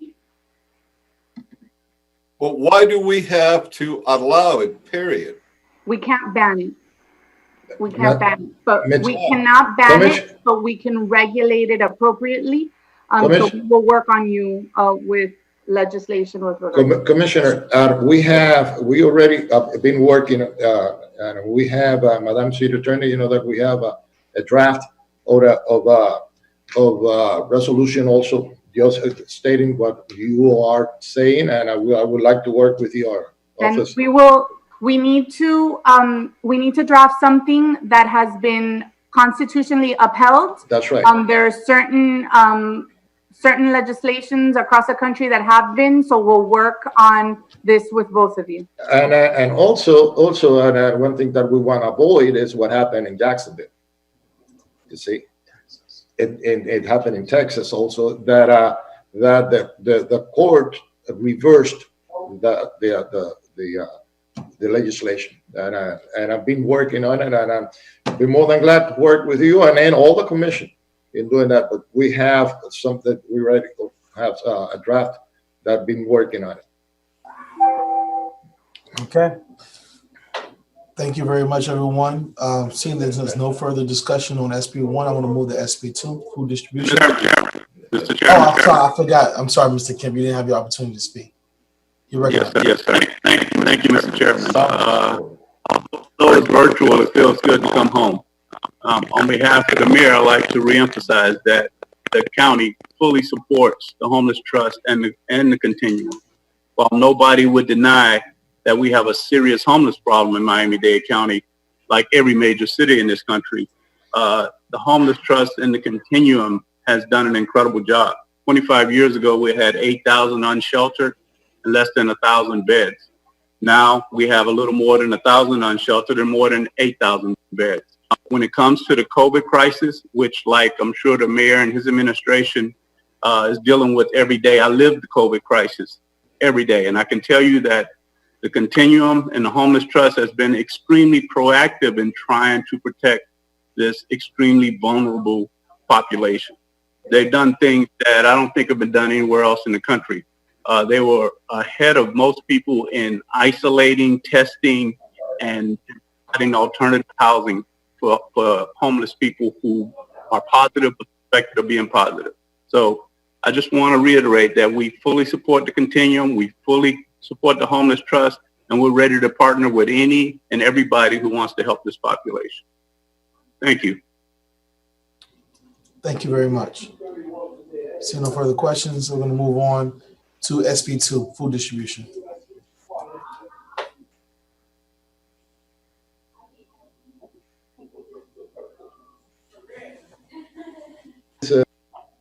Commissioner Reyes, if you're speaking, you're on mute. I'm sorry.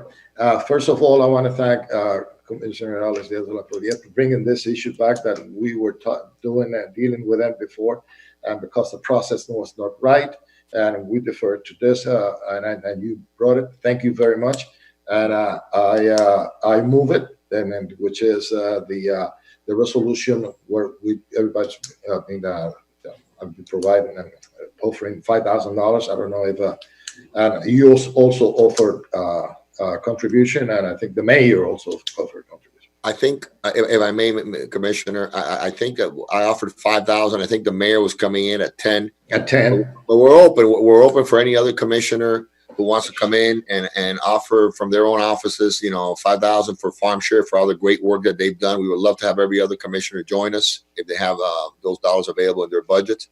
But otherwise, if they don't, then you got my 5 that you from your 5, and then I think Mayor Suarez had 10 that he was on. Okay, District 2 has 5 as That's well. incredible. So District 2 has 5, so that's 25. 25. That's good. District 5. Do we have anything from District 5? Do we hear? I feel like an auctioneer. Yeah, you're doing a great job, Alex. You do. Keep on. After you guys take all my money, then you want to spend it too. There's a resolution right now that's on the floor, right? Well, so it's been properly moved and seconded by Commissioner Alex de la Florida. It's been properly duly noticed, and it's under regard of SP2. Is there any further discussion on the motion that's on the floor? Seeing none, all in favor say aye. Aye. Aye. Against? And motion carries. So are we having any further discussion on SP2, or are we moving to SP3? No. Mr. Chair, I want to be excused because I am dealing with some contribution for also to do some food distribution, and I don't want to keep those donors waiting. So whatever you decide, guys, you have my full support. Thank you very much. And if I could have the city proxy, we'll take that as a proxy then, I guess. Okay, that's right. You have my full support. Before you recognize the city attorney, read a resolution I have in the airport that we've been asking people to take action, and we haven't even gotten a reply back. But in the meantime, yes, hearing that Carnival is selling cruises beginning August 1st, which means that you might be getting additional people coming through the airport, coming to our community, the same ones that brought a lot of coronavirus cases originally to our community. So Madam City Attorney, if you could read the resolution that I have, I'd appreciate it. Yes, Commissioner. A resolution of the Miami City Commission directing the city manager to meet with the mayor of Miami-Dade County and the director of the Miami International Airport regarding the need for airport screenings and to comply with the governor's executive order number 2080 related to emergency management COVID-19 airport screening and isolation, specifically with respect to the screening of passengers arriving at MIA, including but not limited to requesting a delegation of authority to the City of Miami in coordination with the Miami-Dade County Aviation Department to take any steps necessary to ensure the screening and appropriate isolation and quarantine of individuals covered by Executive Order 2080. Further directing the city attorney to take any and all actions necessary to accomplish compliance with said executive order. Further directing the city clerk to transmit a copy of this resolution to the officials named herein.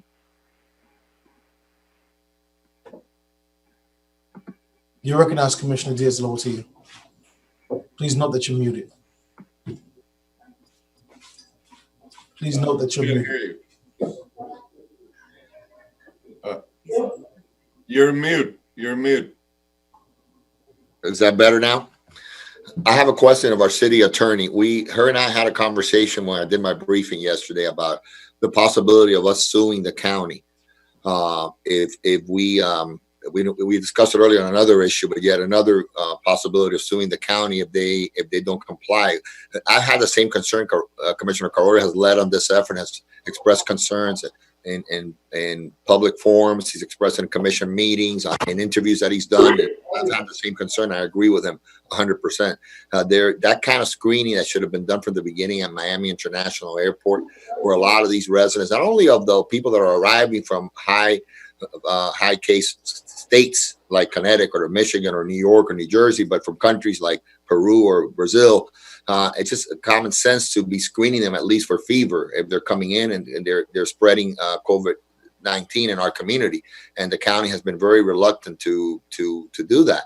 So we can do resolutions. I agree. We need to continue to push and through resolutions and legislatively. But is there any legal recourse that we have? Our city borders the airport. We gave up the airport many, many decades ago. We probably should have kept it in hindsight. But in reality, seriously, there is a serious concern that these people are coming here and not being screened when they get off these planes, and just adding to the crisis, in my opinion. So, what legal recourse do we have? If you could give me your opinion on that, if we can't force them to do it, can we, through the courts, force them to do it, or at least to do some of it? Right now, we're trying to negotiate with regard to this. We don't think at this time that we have a cause of action. Maybe if we get a little more information, maybe more epidemiological studies with regard to this, maybe we can have a cause of action later on. At this point right now, we don't have enough information to see that we have a cause of action at this moment. That's why part of this resolution is for us to look into further action if possible, but we need a little more time to research any cause of action with regard to that. Okay. What the resolution says is for us to, through our managers, sit down, talk to them, and we're giving the city attorney's office any and all legal avenues available to take action. So that, I think, covers what you're saying, Doug. Your friend on the basketball shop, is he open? I'm sorry about that. Someone was walking by speaking. Okay, so there's the resolution. Is there any further discussion on with the, well, I don't debate. Is there a time frame? Because obviously this is very time sensitive. So is there a time frame for when she's going to come back to us? Or the manager will come back to us and say, I spoke to them and they're not interested, or they don't want to do it, or what's that right time? Right now there is no time frame. If you would like to place a time frame for the manager to meet. It's Commissioner Carollo's resolution. I mean, if you I don't mind any time frame that you would like to put on it. Whatever you think, Commissioner. I think a couple of weeks, maybe. That would be fine. Yeah, 14 days, or come back to us. Or maybe that's too much time. Well, look, our community has gotten to where it's at with the coronavirus cases. 36% of all the cases in the state of Florida are here in Miami-Dade, while we only have 12.5% of the population, 3 times the cases of our population. And every study that has come out is indicative that is because it's been brought to us through the airport. In fact, there was one last study that the Miami Herald published a couple of days ago. And it talks about what myself and the mayor, together with Dr. Marty, had talked about in early March of this year, that we probably had all kinds of cases here already because of the traveling. And in fact, that Miami Herald study confirmed that, and it confirmed that the cases we got were because of people traveling, coming back, and in particularly from New York, outside of Europe. So I haven't, we've sent 2 resolutions already, one to the governor, one to the mayor of Miami-Dade County. We haven't gotten any response from either one. The only thing that I heard publicly was for the mayor of Miami-Dade County talking about that he sent a letter to President Trump wanting people to be tested, and that 15-minute test on the antibody before they would come to Miami. Well, he knows, first of all, that for the president to be able to do that, he would have to do it in all the major airports in America. Where are we getting the tests from? We don't have them. Even the mayor of Miami-Dade County only has a few hundred tests that he's been using for the survey that he's been doing with the to do that. Furthermore, the antibody test, what it does is tell you if you've had it in the past, not if you presently have it. So that's not going to do anything. What we need to do is what, my God, even countries that we here call the third world, we think we're the first world. Those countries that we call the third world, they're doing this in their airport. Anybody that comes in, they're taking their temperature. They're asking them the appropriate questions to see if they're short of breath, have they had fever, other things, to make sure that there's not anything there that they could be carrying the virus. And then to inform them that if they're coming from certain hot spots like New York, New Jersey, based on the governor's emergency law, they have to be in quarantine for at least 14 days.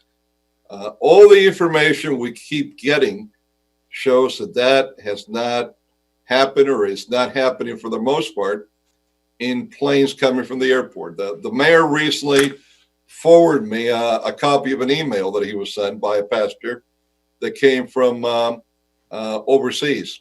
They were in shock that they were not asked, nor anybody in their plane, any questions. Their temperature was not taken. And furthermore, they said that half the people didn't have masks when they got up the plane, and they were on top of each other during the immigration process. So in a day and time that is so simple to do this, I mean, the Israelis, I was just reading last night, have a whole system that you could just walk right through, and it'll tell you if you have the temperature. There are other systems in the market that could be used also, where you don't even have to use the gun thermometer to get close to people. So I do not understand why our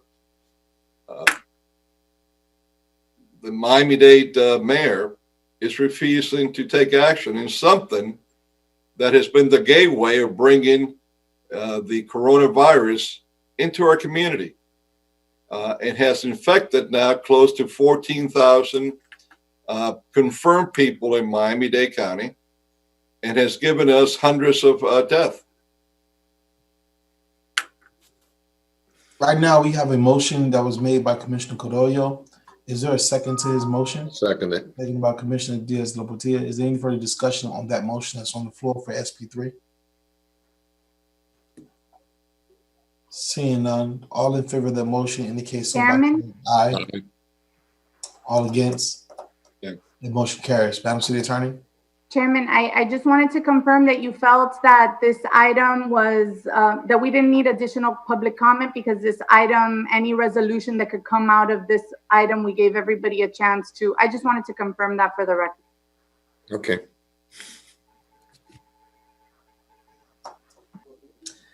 Well, we don't have anything else on the agenda. Is there anything else that any of you, as I like to say, are all hearts and minds clear? I have no problem if anybody wants to opine any further from the public in this item. So, No, as long as we all agree that it was, I just wanted to confirm that it was properly within, the, SP3. Everybody was given an opportunity to comment on any issues having to do with the airport, during this time, so that's fine. I wanted to also confirm that, you have all received throughout the meeting, all the written comments. I know that with regard to public comment, so that's all a part of the record. I also wanted to confirm that even though there was just one letter that was illegible at the beginning, all the other letters were legible. Another one came in Spanish, so we're gonna have to transcribe all that for you to have, but it was just 2 items that you weren't able to read. They did, unfortunately, they did send written material, but we'll make sure that that's also a part of the record. I think that covers all that. Madam City Attorney, if you're comfortable with the way that the public comment was handled, then we're comfortable with it. The video that was put of maybe that was their artistic expression that they wrote, and then they want to video the actual pages. And we've all seen it across social media when people drop cards that have words on them and they don't say anything. So, that's what they chose to do, and I'm not here to limit how they choose to express themselves. It wasn't offensive.